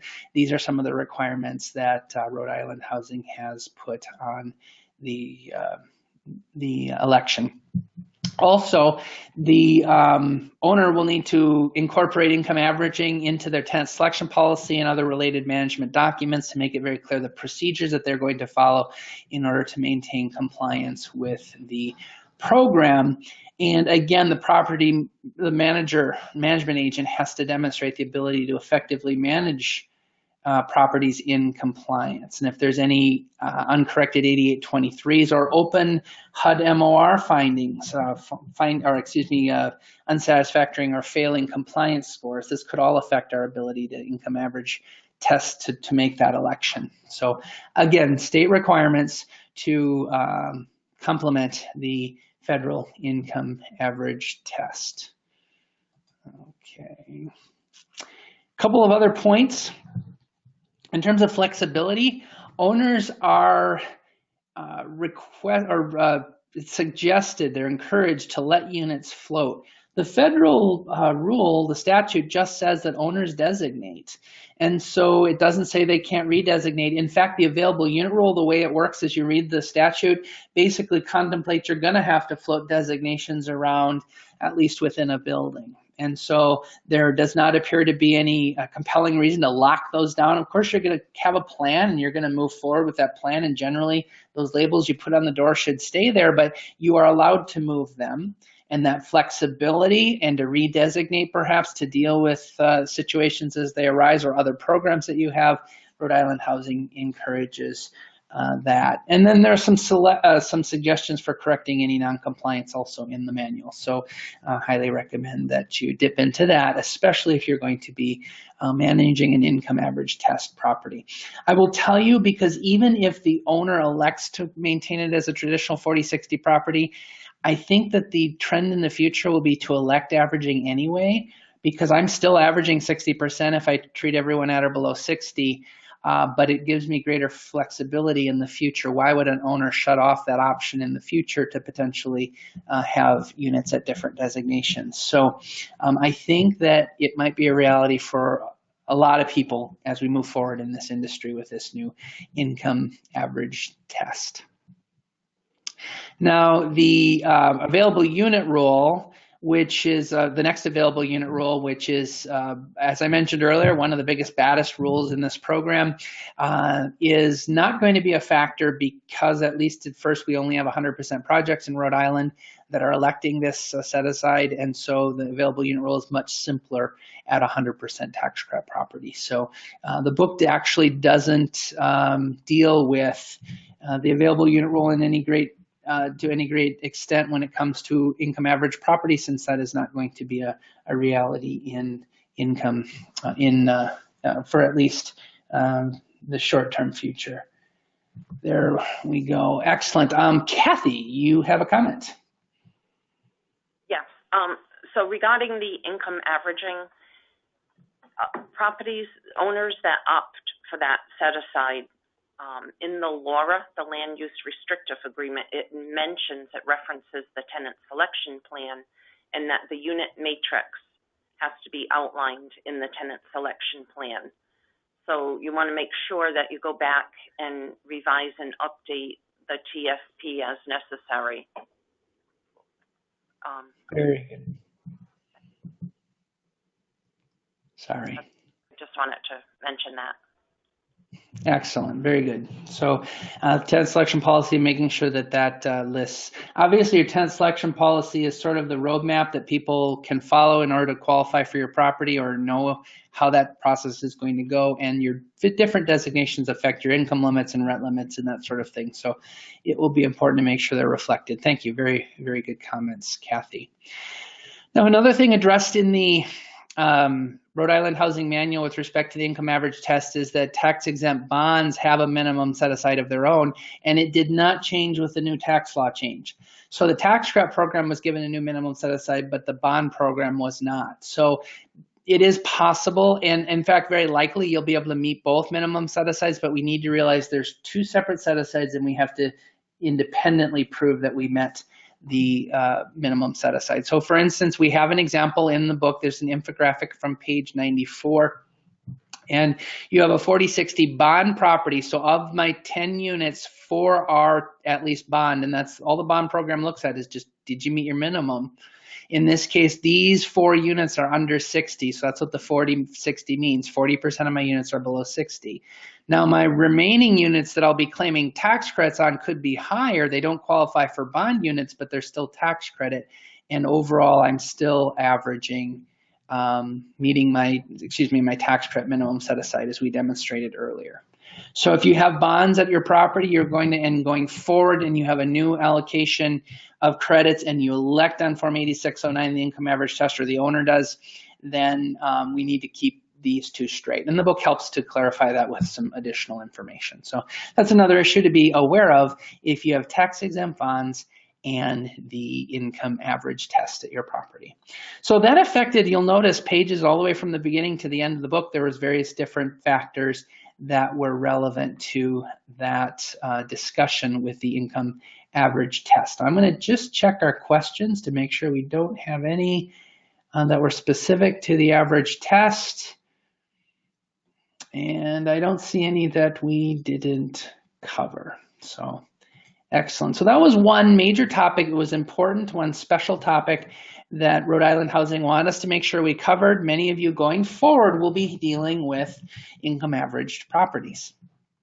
Now, the next bonus topic, so to speak, that is covered actually has its own chapter in the book, but is affected by other parts of the manual as well, has to do with acquisition, rehab, and resyndication of tax credit properties. So we should make sure that we define these to start with. Acquisition rehab, of course, is when we purchase a property and then rehab it. And so those credits most often go together. They're two credit streams. The cost of purchasing the property and the cost of rehabbing it becomes the basis for two separate streams of credits. And we can't get acquisition credits unless we also rehab it. So those are tied closely together. Now, resyndication, it's a separate concept. It's also a rehab, but this is where I have a tax credit property already. Maybe it was an old rehab or maybe new construction years ago, and now there's an opportunity for us to resyndicate, to go back and get more tax credits to, once again, rehab it, to bring it up to standard, give it a little TLC, spend a little money to make it better. And some of these properties, remember, the tax credit programs have been going since the late 80s.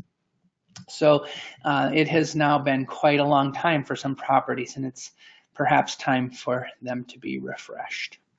So one of the helpful charts I mentioned is a comparison chart that lists various different rules placed in service, effective dates of household certifications, the initial lease terms, the 8609, all these different tax credit principles, and then how it differs for new construction and acquisition rehab. And so it lays out nicely those differences to really help us get our head around some of the key differences. For instance, placed in service is very different for new construction than it is for acquisition rehab.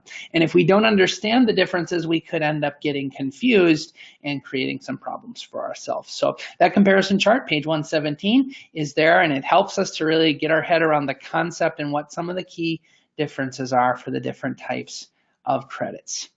Now, all credits are based on basically on construction costs. And so in the case of new construction, those tax credits will be based on the cost, the depreciable cost, everything on top of the land. We don't count land or grants, free money we got to build a property, but anything that we can depreciate that develops the land, the building, in essence. Those construction costs for new construction are good for tax credits. Rehabilitation costs are also a basis for tax credits. Now, so is the existing, what the tax code calls the existing building, or acquiring an existing building, or acquisition. Those are all used sort of at different times depending where you're reading in code. But an existing building is a credit based on acquisition of an existing building. And that is acceptable as long as we also rehab it. And so those two have to always go together. So it's important to understand that basic concept. As I mentioned at the outset, that's two different credit streams, two different 8609. So that basic tax credit form, all the way back in Introduction to Tax Credits, we talk about all the things you get off of that form, and several things are specifically applicable to acquisition rehab. So again, various parts of the manual tying together to give us a nice picture of the whole. Now, in this session, what Rhode Island Housing, though, wanted to focus on was the things really, really crucially relevant to the site and maintaining compliance. And so pages 118 and 119 of the manual talk about the 120-day rule. So Monica here on her screen has a good question. She says, I have qualified tenants in place. I bought the building, or the owner bought the building. I just need time to prove it. I know they qualify. And the IRS recognizes that this could happen, so they've given us a remarkable gift. We sometimes call it the 120-day rule.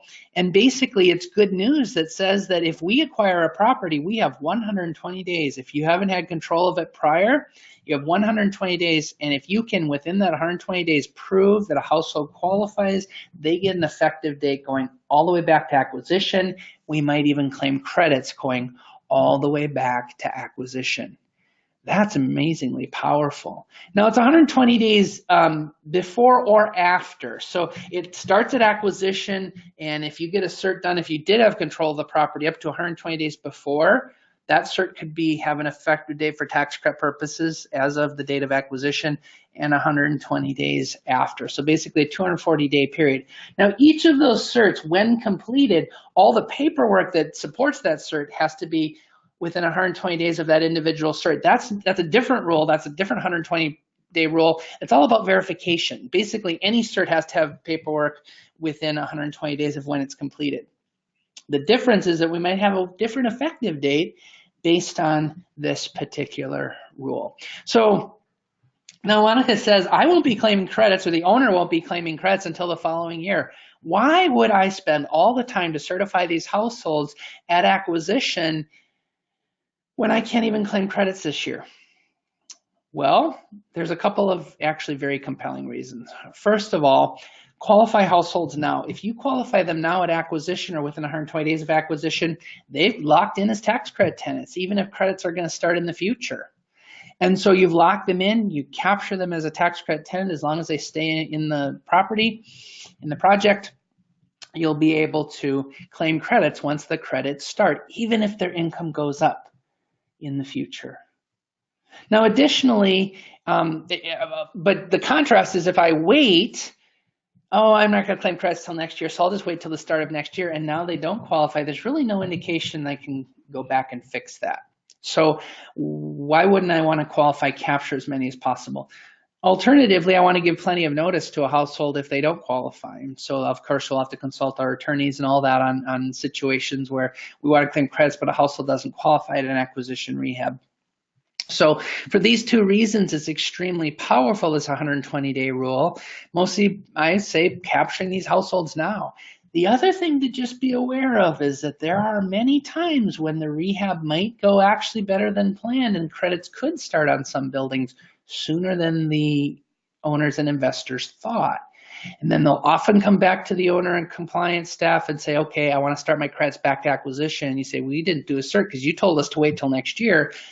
We're generally supposed to be the experts on how to conduct these things as management companies and compliance consultants. So we've lost an opportunity to qualify the household.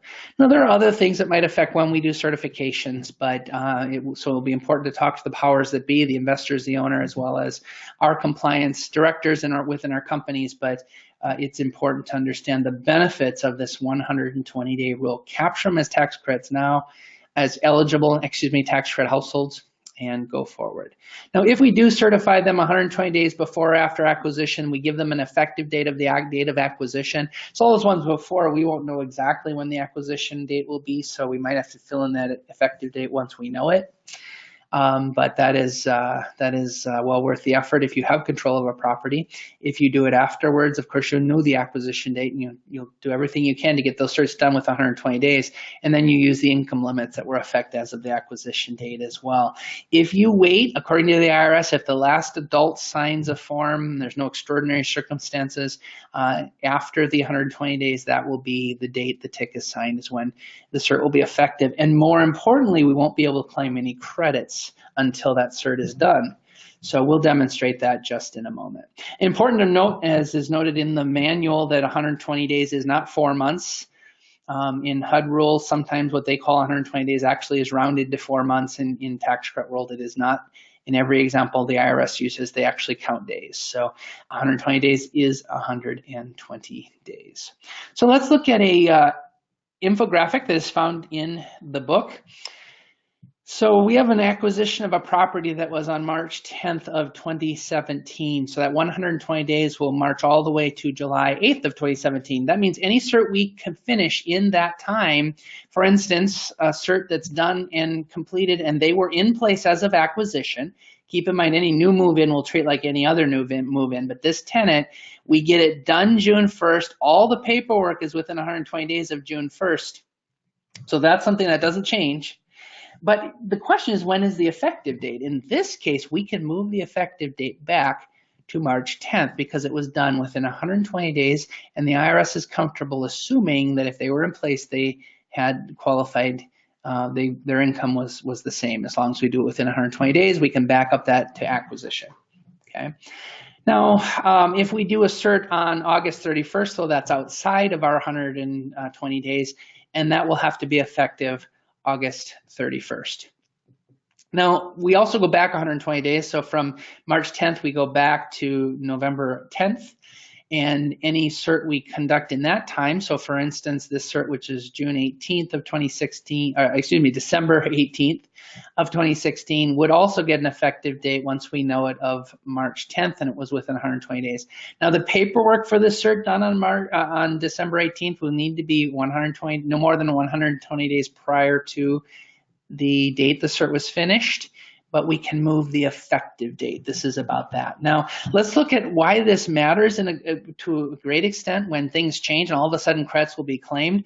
So for instance, if our rehab is finished in 2017 unexpectedly, so maybe they didn't expect it to be finished till March or February, and it gets done early, it is done. We get to place our rehab in service for a building on December 10th. The owner's definitely going to want to go back and claim credits to acquisition. Are we prepared to do that in the case of a change of plans? Now, in this case, for the December 18th and the June 1st cert, we're going to be able to claim credits starting as appropriate after March.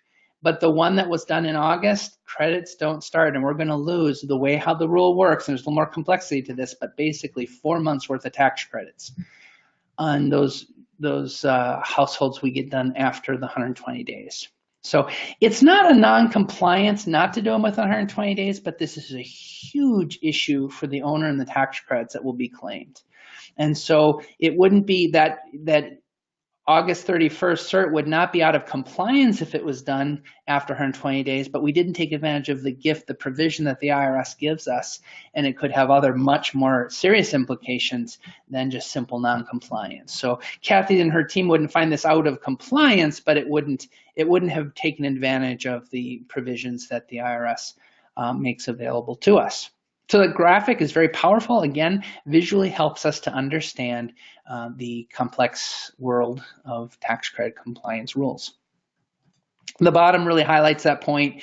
Just keep in mind, this is all about the 120-day rule when it comes to income and acquisition rehab is all about when we move that effective date to, and we have that 240-day period to finish a cert somewhere before 120 days before or after to get an effective date as of acquisition and start credits right away possibly.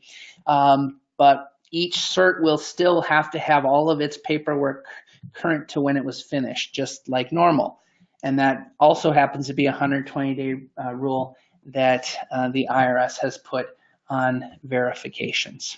So excellent points there to be aware of.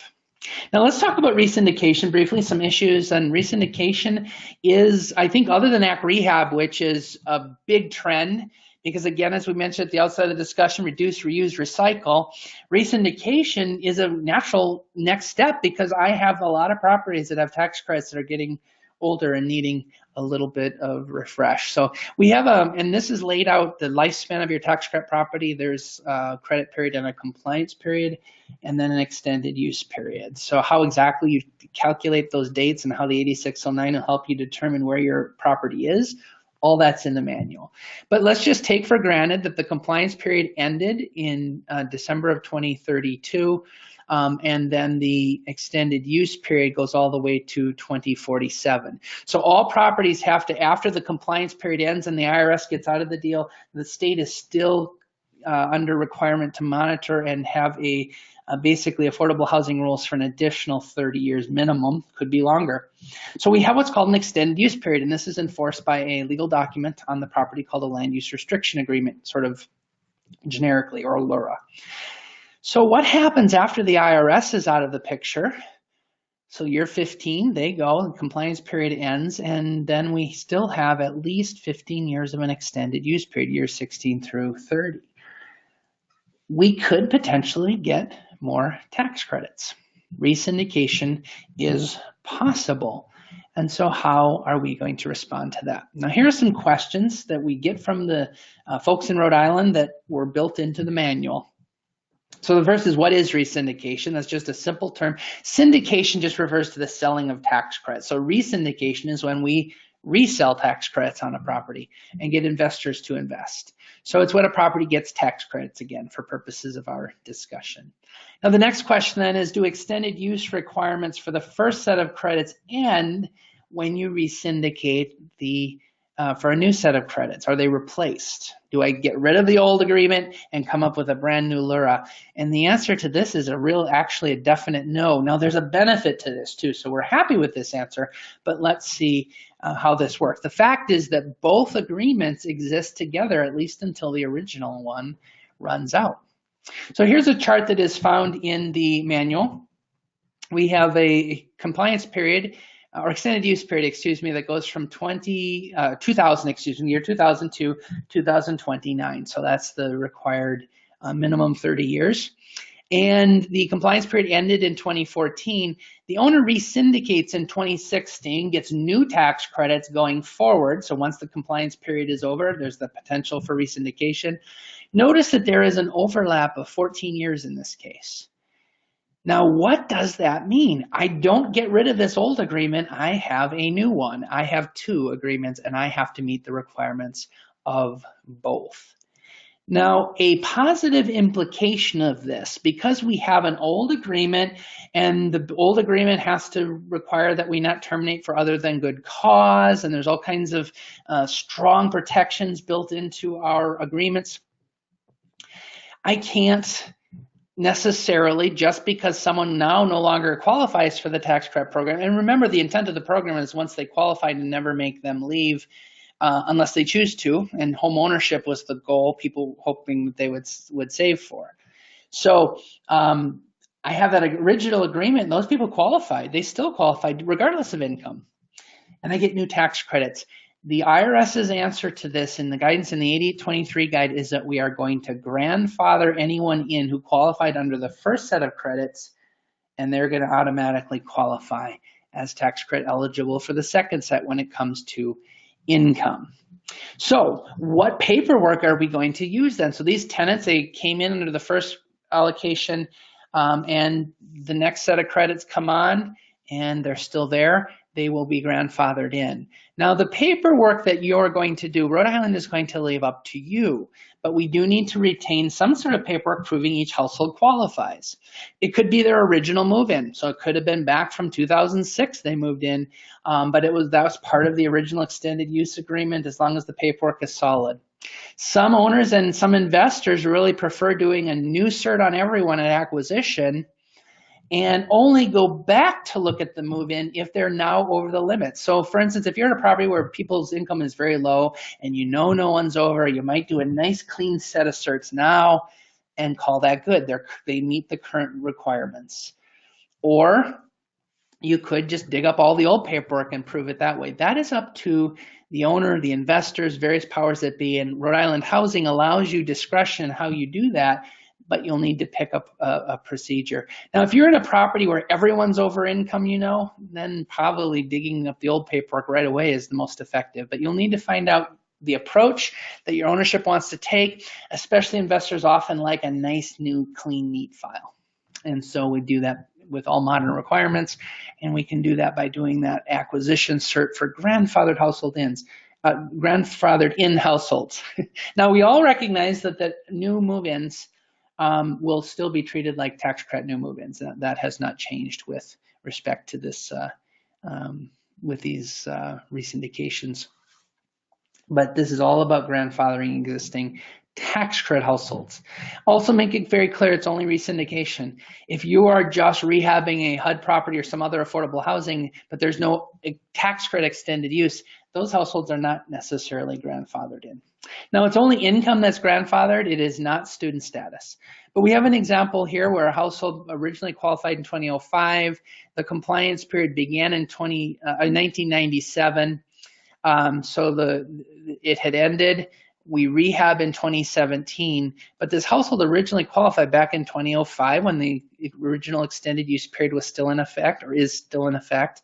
They're going to qualify regardless of current income. Now, the only thing that will come into play is the next available unit rule if you're less than 100% project, and the chapter on the available unit rule will be very helpful to you there. Now, again, that isn't student status. There's a couple of other things. Watch your rents very carefully, and your multi-bin elections become important. So there's some details about making sure that we are working with comparable projects. Now let's just ask a quick question, a second to last question as we march toward the end of our session here. And this is interesting because generally tax credit limits never go down. They're called hold harmless. But this question is true or false, limits never decrease at resyndication because I'm still tax credit and I will be able to use my original income limit. So what do you think, this is true or false? And this is of all the things that the income limit or the resyndication section could be one of the most troublesome for owners if they get it wrong. All right, I'm going to close the poll. 33% of you, think that this is true, that your income limits won't go down with the new resyndication and rent limits, therefore 67% think it's false. This is another case where the majority rules and is correct. Because at resyndication, income limits may decrease. Now, in our section on income limits, our chapter on income limits, chapter 3, we covered the hold harmless principle, but it ends with resyndication. Let me demonstrate how. And this is an infographic found in the resyndication chapter, page 123. In 2012, income limits were posted. In 2013, they go down. We, for this project, are going to continue. As long as it had placed in service in 2012 or earlier, we are going to keep limits at 2012 levels. If they go down in 2014, we're going to keep them at 2013 levels, and again in 2015, and so forth. So that's called hold harmless, and that is applied to all tax credit properties since 2018.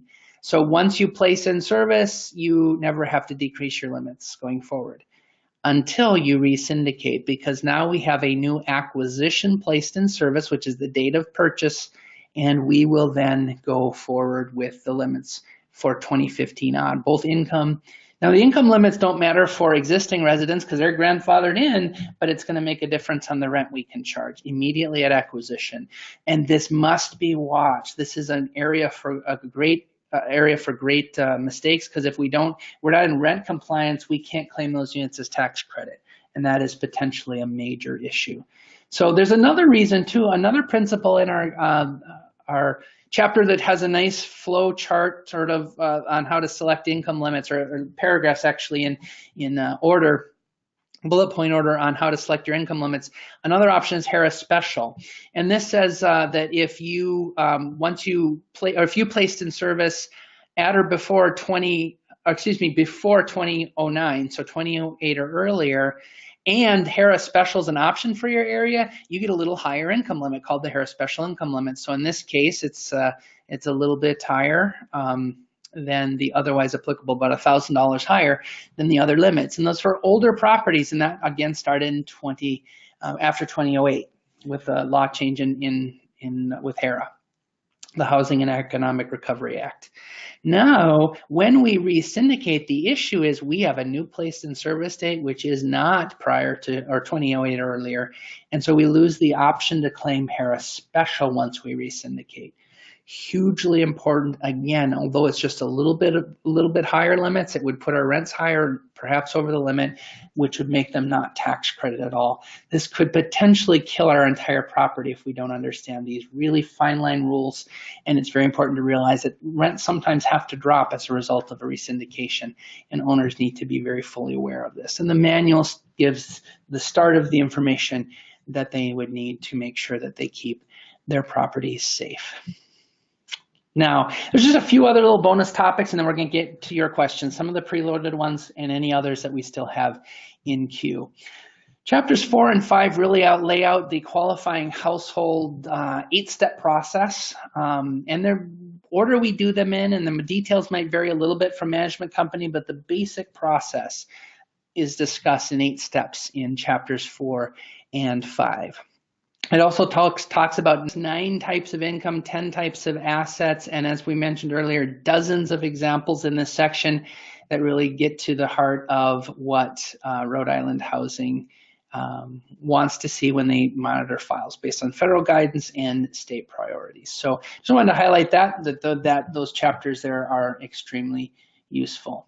Now the final question that we'll have, and then we'll just discuss briefly this topic and then go on to combined program, or go on to your questions. But the poll question is, my property is, I also have these programs at my tax credit property. Now this is a tax credit manual, but I'm curious as to what in Rhode Island is combined with tax credits. There's HUD, Rural Development, Home, Housing Trust, bonds, and other. And this one you can select more than one option, so you might have more than one, and the number I'm sure won't add to 100 for the mathematicians in our group. All right, I am going to close the poll. I'm just going to get a sense of who in this who has what programs in this room. 89% on this call have HUD also in some properties on top of tax credits. A few RD, 46 have home and trust fund. 46% doesn't surprise me at all. 15 bonds, 22% other. The point is that we have a large number of people that have multiple programs on top of the tax credits at their properties. So let me hide that. Very good. So you will find, I think, some very useful tools. Now, this manual, again, is just tax credit, but you can't ignore the fact that we combine these programs. And if you've heard the great lie, always pick the most conservative rule. Just pick the most conservative rule and you'll be fine. Just pick the most conservative rule. Well, sometimes there isn't a more conservative rule, and this basic statement will leave you completely unprepared for how to combine your student rules at a tax credit home property, for instance, or HUD, or the other programs that use the Section 8 student rules as well as tax credits. You will not be able to pick a more conservative rule in some cases. In some cases, it's a matter of coming up with a creative or a very smart solution. And so it's really important to realize it's just not always as easy. And the problem is sometimes trainers have drilled this so heavily into people's heads that they aren't prepared for other complexities. For instance, that we could actually be violating one rule by following another regardless of what we do. And then it's a matter of figuring out how. There's no inalienable right to an inalienable right to happiness when it comes to making these programs work together. So the program, or the manual, has a program interaction summary. It has how the different rules might work together. And then in addition, we've given that multiple program guide that we introduced in the beginning that lays the pieces. It doesn't necessarily talk about how the interactions will work in every single case. That's where this chart helps guide you through a thought process with some examples. And then the program guide gives you the different rules. This is up to the minute. It includes Housing Trust Fund and the 2019 revisions to various different provisions. So that is up to the minute. And we wanted to make sure that you we're aware of that for those of you that have those combined programs. I think you're off. I think that I've unmuted you successfully, Kathy. Just please confirm that before we move here into the question and answer section. We're here. I can hear you. Excellent. Thank you very much. All right. So now is the section. We've got some preloaded questions. I don't see that I think we've addressed the current ones in the queue, but please get your questions in. Again, if we don't get to them all, we will definitely answer them in writing afterwards on an FAQ on the website. But here were some questions that we got ahead of time or in the last session that we wanted to address. Now, the first one is, does an owner with an old or existing waiver of annual recert either approved by Rhode Island Housing or issued by the IRS need to complete the request for an abbreviated annual certification? And I'll just take that one because we already answered it earlier. We had a great question earlier from this audience, and the answer is yes. We still would need to get a current one, but then once it's in place until revoked, if ever. So that's an important and good answer there on the procedure that Rhode Island Housing wants to follow. The next question, our owner investor does not want us to participate in the abbreviated annual certification, even though we are 100% project, our tax credit property. Now what? Kathy, what words would you have for them? I would say that just continue as you were, business as usual. It really is the owner's decision whether they want to participate in the abbreviated annual certification. From Rhode Island Housing's perspective, when we come out to monitor, we're only going to be looking for the particular documents as listed in the new manual. So you may still have to do all that other legwork, but we are only going to look at the particular documents. Okay, so it isn't required, and if an owner chooses not to, or investors, it is a benefit though. So it's something I think over time we may see owners maybe that don't want to do it, and it could be because you have other programs or doing research anyway. But just be aware of the the underlying intent of Rhode Island Housing and how they will be monitoring going forward. Now, the next question, all of our tenants are less than 60% of AMI, but the owner's request for an abbreviated annual recertification was denied. Now, Kathy, this was a specific case, and maybe you want to talk to that. Sure. Yes, we know a lot of managers who say, yes, my property is 100% tax credit.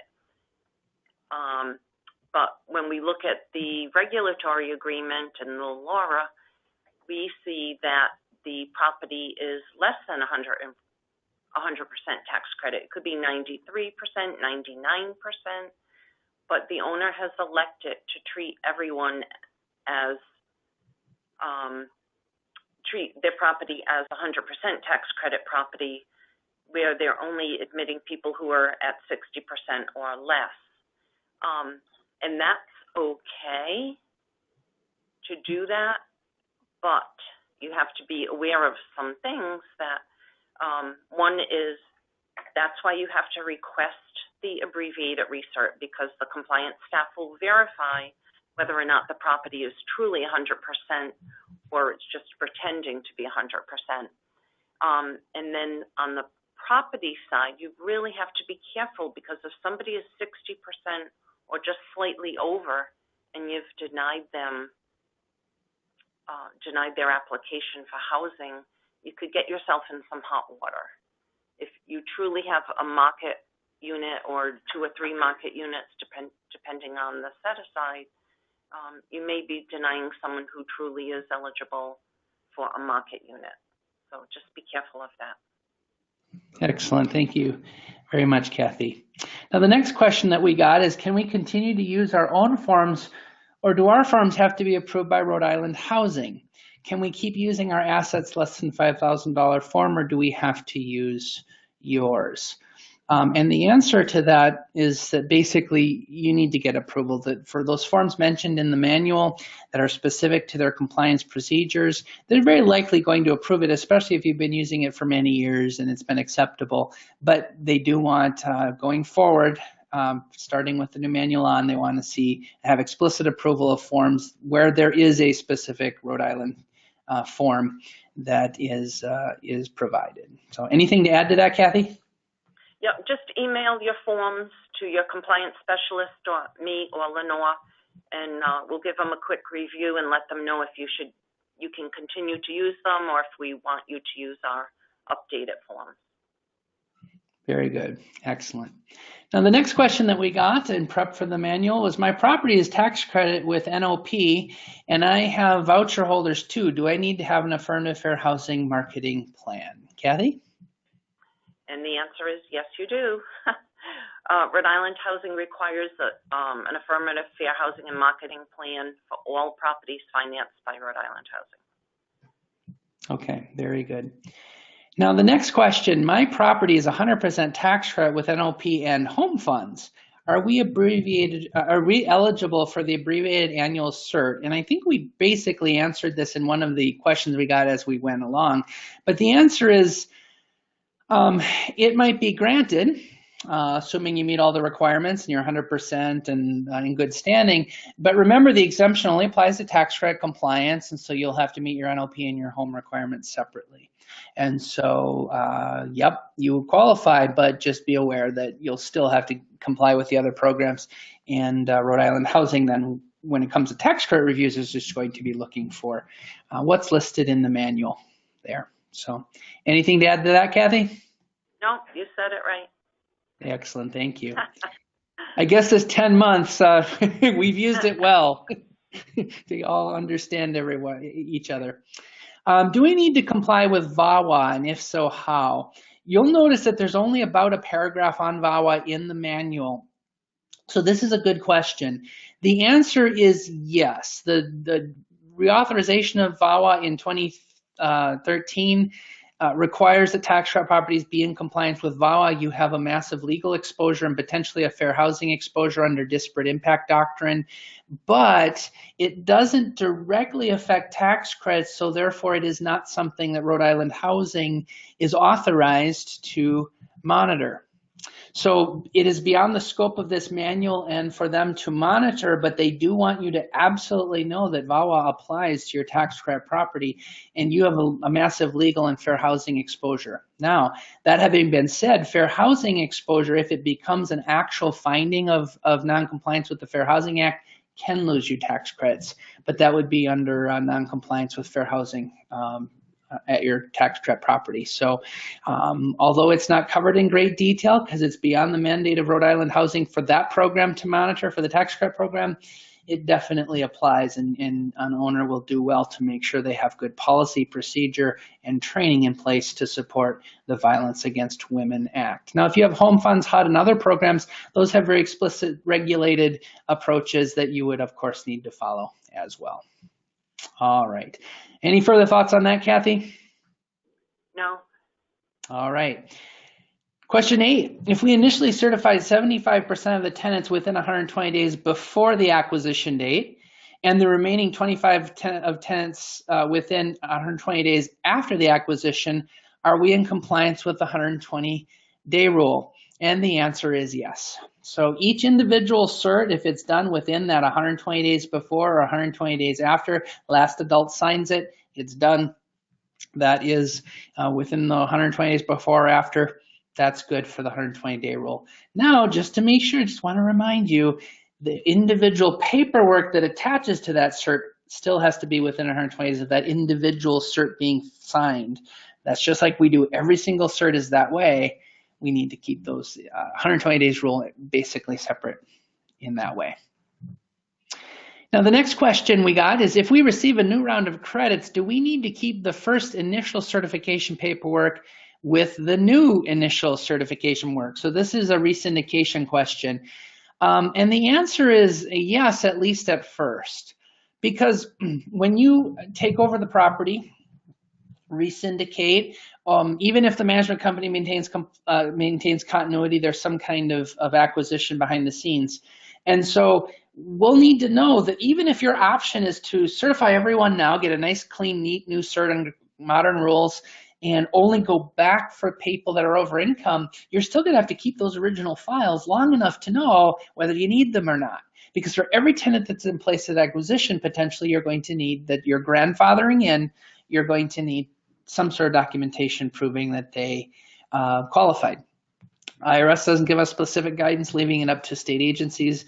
Rhode Island, as is listed in the manual, gives you a couple different options, but don't get rid of any certs until you know for sure what you need to prove that household qualified, lock it in, and then it's up to the owner what he does with the rest of the paperwork. Any further thoughts on that, Kathy? No, except that if they don't have the paper, the hard copy of the very first initial cert, and they have it scanned to a disk, that's acceptable too, as long as it's, readily available. A lot of people have purged their files, or, if paper is deteriorating, they want to scan it to preserve the information. That's acceptable. Okay, very much. We did get a question, and I'm going to pull this out, and I'm going to answer it. I think I can, and Kathy can always jump in, but it's for the file reviews with the additional new files required. Will they just be checking the current year or previous years? And honestly, I think we're going to defer this until, and go back to my original comment that because some of this is still in flux, that follow Rhode Island Housing's queue. They'll tell you what they're looking at in terms of number of units. They'll select the units and what exactly they'll be examining in the file. The whole file needs to be ready to review, but they'll tell you. So we'll have more definitive guidance from the IRS, and we're hoping that they relax some of the standards from what they originally published, but follow Rhode Island Housing's queue in terms of how many units, what will be inspected. And at first, it's probably going to look very similar to what it has been in the past. So did you want to add anything to that, Kathy? But I think that summed up what we talked about. You summed it up very well. Thank you. Excellent. Thank you. Now, the 10th question, is there a standard rental application form or questionnaire that we need to use? And the answer is no. Any existing versions that Rhode Island Housing put out in the past are long out of date. You don't have to use those. There is no current required standard rental application form. There are very many management company issues as well as the federal compliance issues, and so Rhode Island Housing does not mandate a specific forms package when it comes to application or questionnaires. So they'll leave that up to you at this point. And if you do have one that says Rhode Island Housing on it, it's probably the old logo. Well, in fact, it has to be the old logo. That is not something that is currently in effect. So very good. Excellent. All right. The next question, question 11. My property was placed in service in 2004. When will the 15-year compliance period end? So basically, and the chapter on the lifespan of your property, drawing also on the 8609 infographic from earlier in the book, really help us to understand that credit started in this case. When you place in service, you either start credits that year or the next. It's the latest you can possibly start credits. If you defer them, you could go one more year to 20. So credits either start in 2004 or 2005 if they were deferred. Therefore, the compliance period, so going out an additional 14 years for a total of 15, will either go to 2018 or 2019, which is almost always the end of, it's always the end of a taxable year, usually December 31st. So your 8609s will tell you this, and all that information you need is jam-packed in the useful both graphics on the 8609 as well as the chapter on the lifespan of your tax credit property. Now the 12th question talks about joint accounts. In the past, joint accounts are split based on ownership regardless of who contributed to the account. If the joint account for so for instance, if you have a joint account, I'm going to restate this a little bit, and it's seniors, a person that is older, is account, and their adult children are on that account. The children are probably on there for just in case. That's exactly what the question is here. If joint account for just in case purposes, it should no longer be split based on percentages of ownership.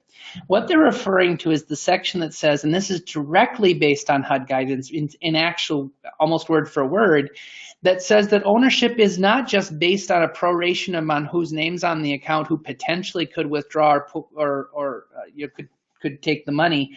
The question is who truly owns it. And some of the HUD guidance is that we ask questions like who contributed to it, who pays taxes on it, who receives any income from that account. That tells you who owns it. And in the case of my illustration, it's probably the senior who owns the account and not their children, who are just on it for survivorship reasons.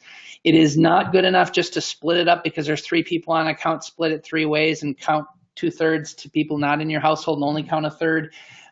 You need to find out who actually owns the account based on the guidance. And this is, again, based on the HUD guidance that we are using for purposes of tax credit rules, that calculating income in a manner consistent with Section 8. The 13th question, an elderly resident with an IRA is required to take a required minimum distribution, and that's RMD. Should that RMD be counted as income? So it's a regular recurring periodic payment, but only once a year. And this is debated, and you might get different answers depending on where you look, but we really honestly feel the intent based on other HUD guidance and some information that we have, that in Rhode Island, it is definitely a periodic payment. So the required minimum distribution once a year is counted as income, and we don't count any remaining amount in the account as an asset. So now there's no way to know how that affects eligibility. It could be bad, it could be good for them.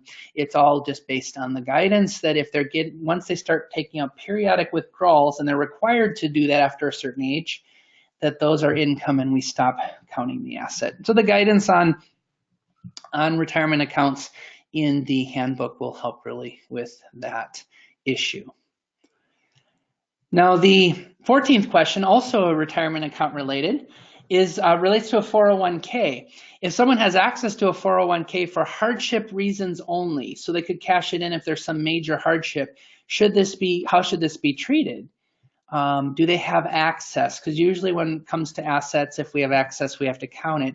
Well, there's other guidance that says if you have to quit or retire to get a retirement account, that it's not accessible as an asset, and we think that applies here. So hardship exemptions that would allow you to cash in a 401k while you're employed, with that employer that set up the 401k is not enough to consider it accessible.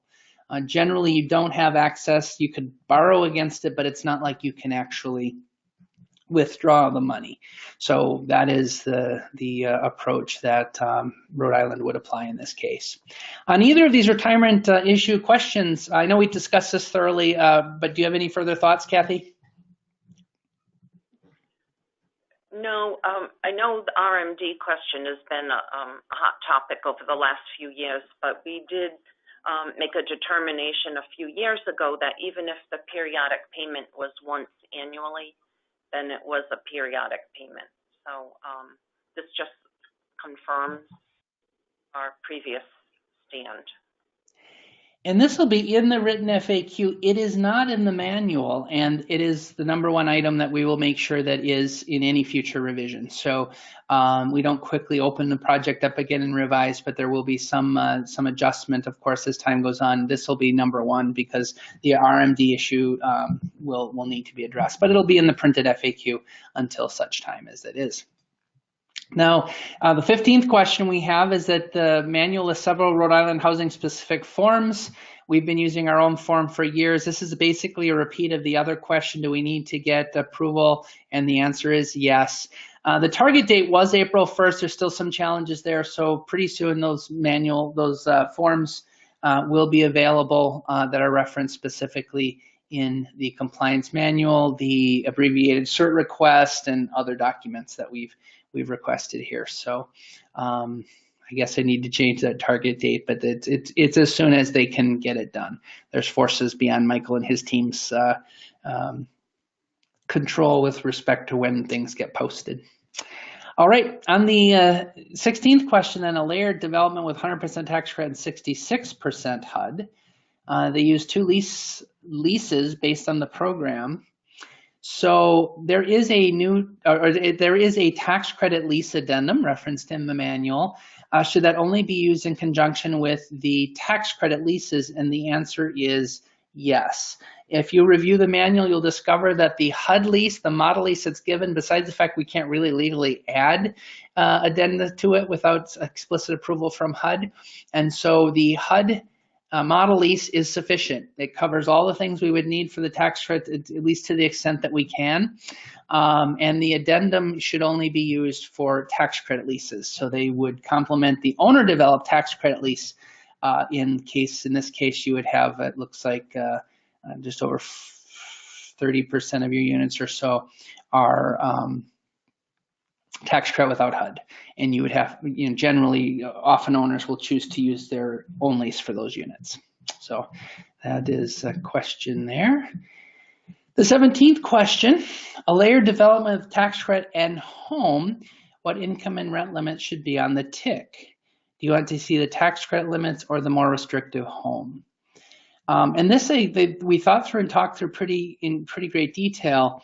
And the answer to this question is that the TIC on parts 5 and 6, and if I got the number wrong, let's get the concept here. The part at the top of the form that tells you your income limits, and then the next one with your rent limits, those should be tax credit.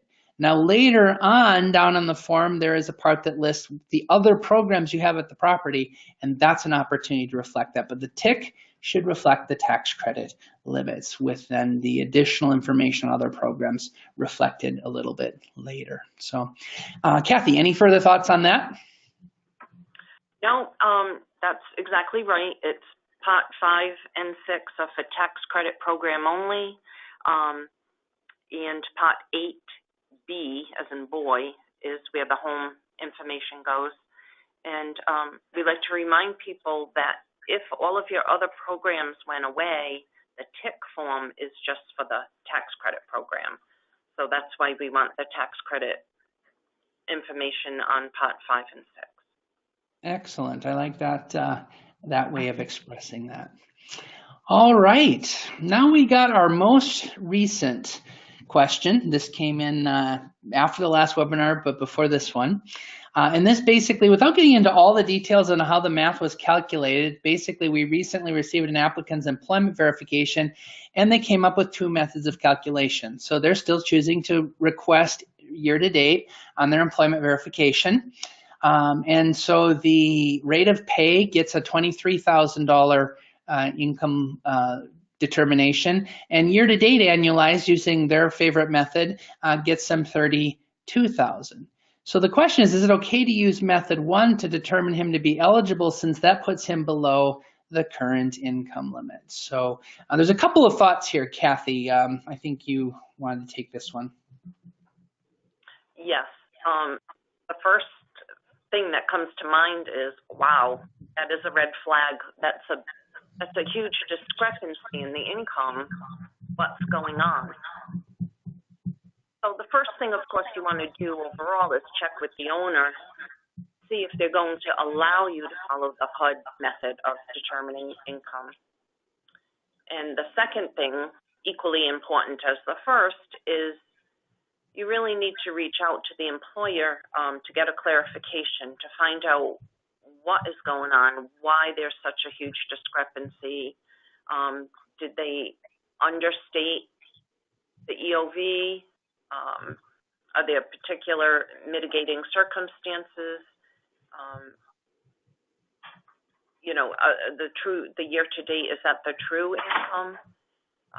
So you really have to, the manager really has to do their due diligence and investigate this, and not just say, okay, we're going to take the lower amount. So it's very important to reach out to the employer and do some digging, do some investigating, and find out what the real income is. And I think I could add too that they would find it equally offensive to just automatically deny them either. So just to say, because year to date seems to indicate a higher income, what is the reason for that? And so looking at these cases, not just automatically denying people that might otherwise be eligible if we're going to be using year to date or getting that information. If you have check stubs, of course, that's going to be part of what you have to look at. VOEs, depending on the design of a form, may or may not ask for that information. So excellent. So that's a thought process that's laid out in an example, dealing with conservative methods of calculation, and kind of that thought process that we should look at. In many cases, they're awfully close, and it's just a matter of sort of a logical difference between the two. But in this case, it should be triggering a red flag. Well, we are getting close to the end, and I value your time, as you do, I'm sure. I'm going to check to make sure there are no pending questions. And I don't see any. If I did miss any, we will, as I mentioned, and maybe it was more complex than we could handle here, or there's some things we need to do some research on, but we will get printed answers to the FAQ on the website. This has been a fun and exciting process we've gone through with Rhode Island Housing, but we recognize and hope that it actually results in a benefit to some of the ones that matter most to this program, those that are actually helping the residents find decent, safe, and sanitary housing that they can afford. We think that and the mission of Rhode Island Housing recognizes the importance of good housing to our communities, to our states, and to our nation. And by doing this, by doing this important service, we are helping not only ourselves and a career of some sort, but also providing good for the community at large. And we think that that is important. We truly believe, as the name of this webinar indicated, that housing truly matters. And we think you do too. So thank you for all you do from Rhode Island Housing, from Costello Compliance. We think that it's one of the most important things that we could have done with our time today, as well as the 10 months it took to develop this manual, and hope that you benefit as well. So thank you very much for your participation in the program.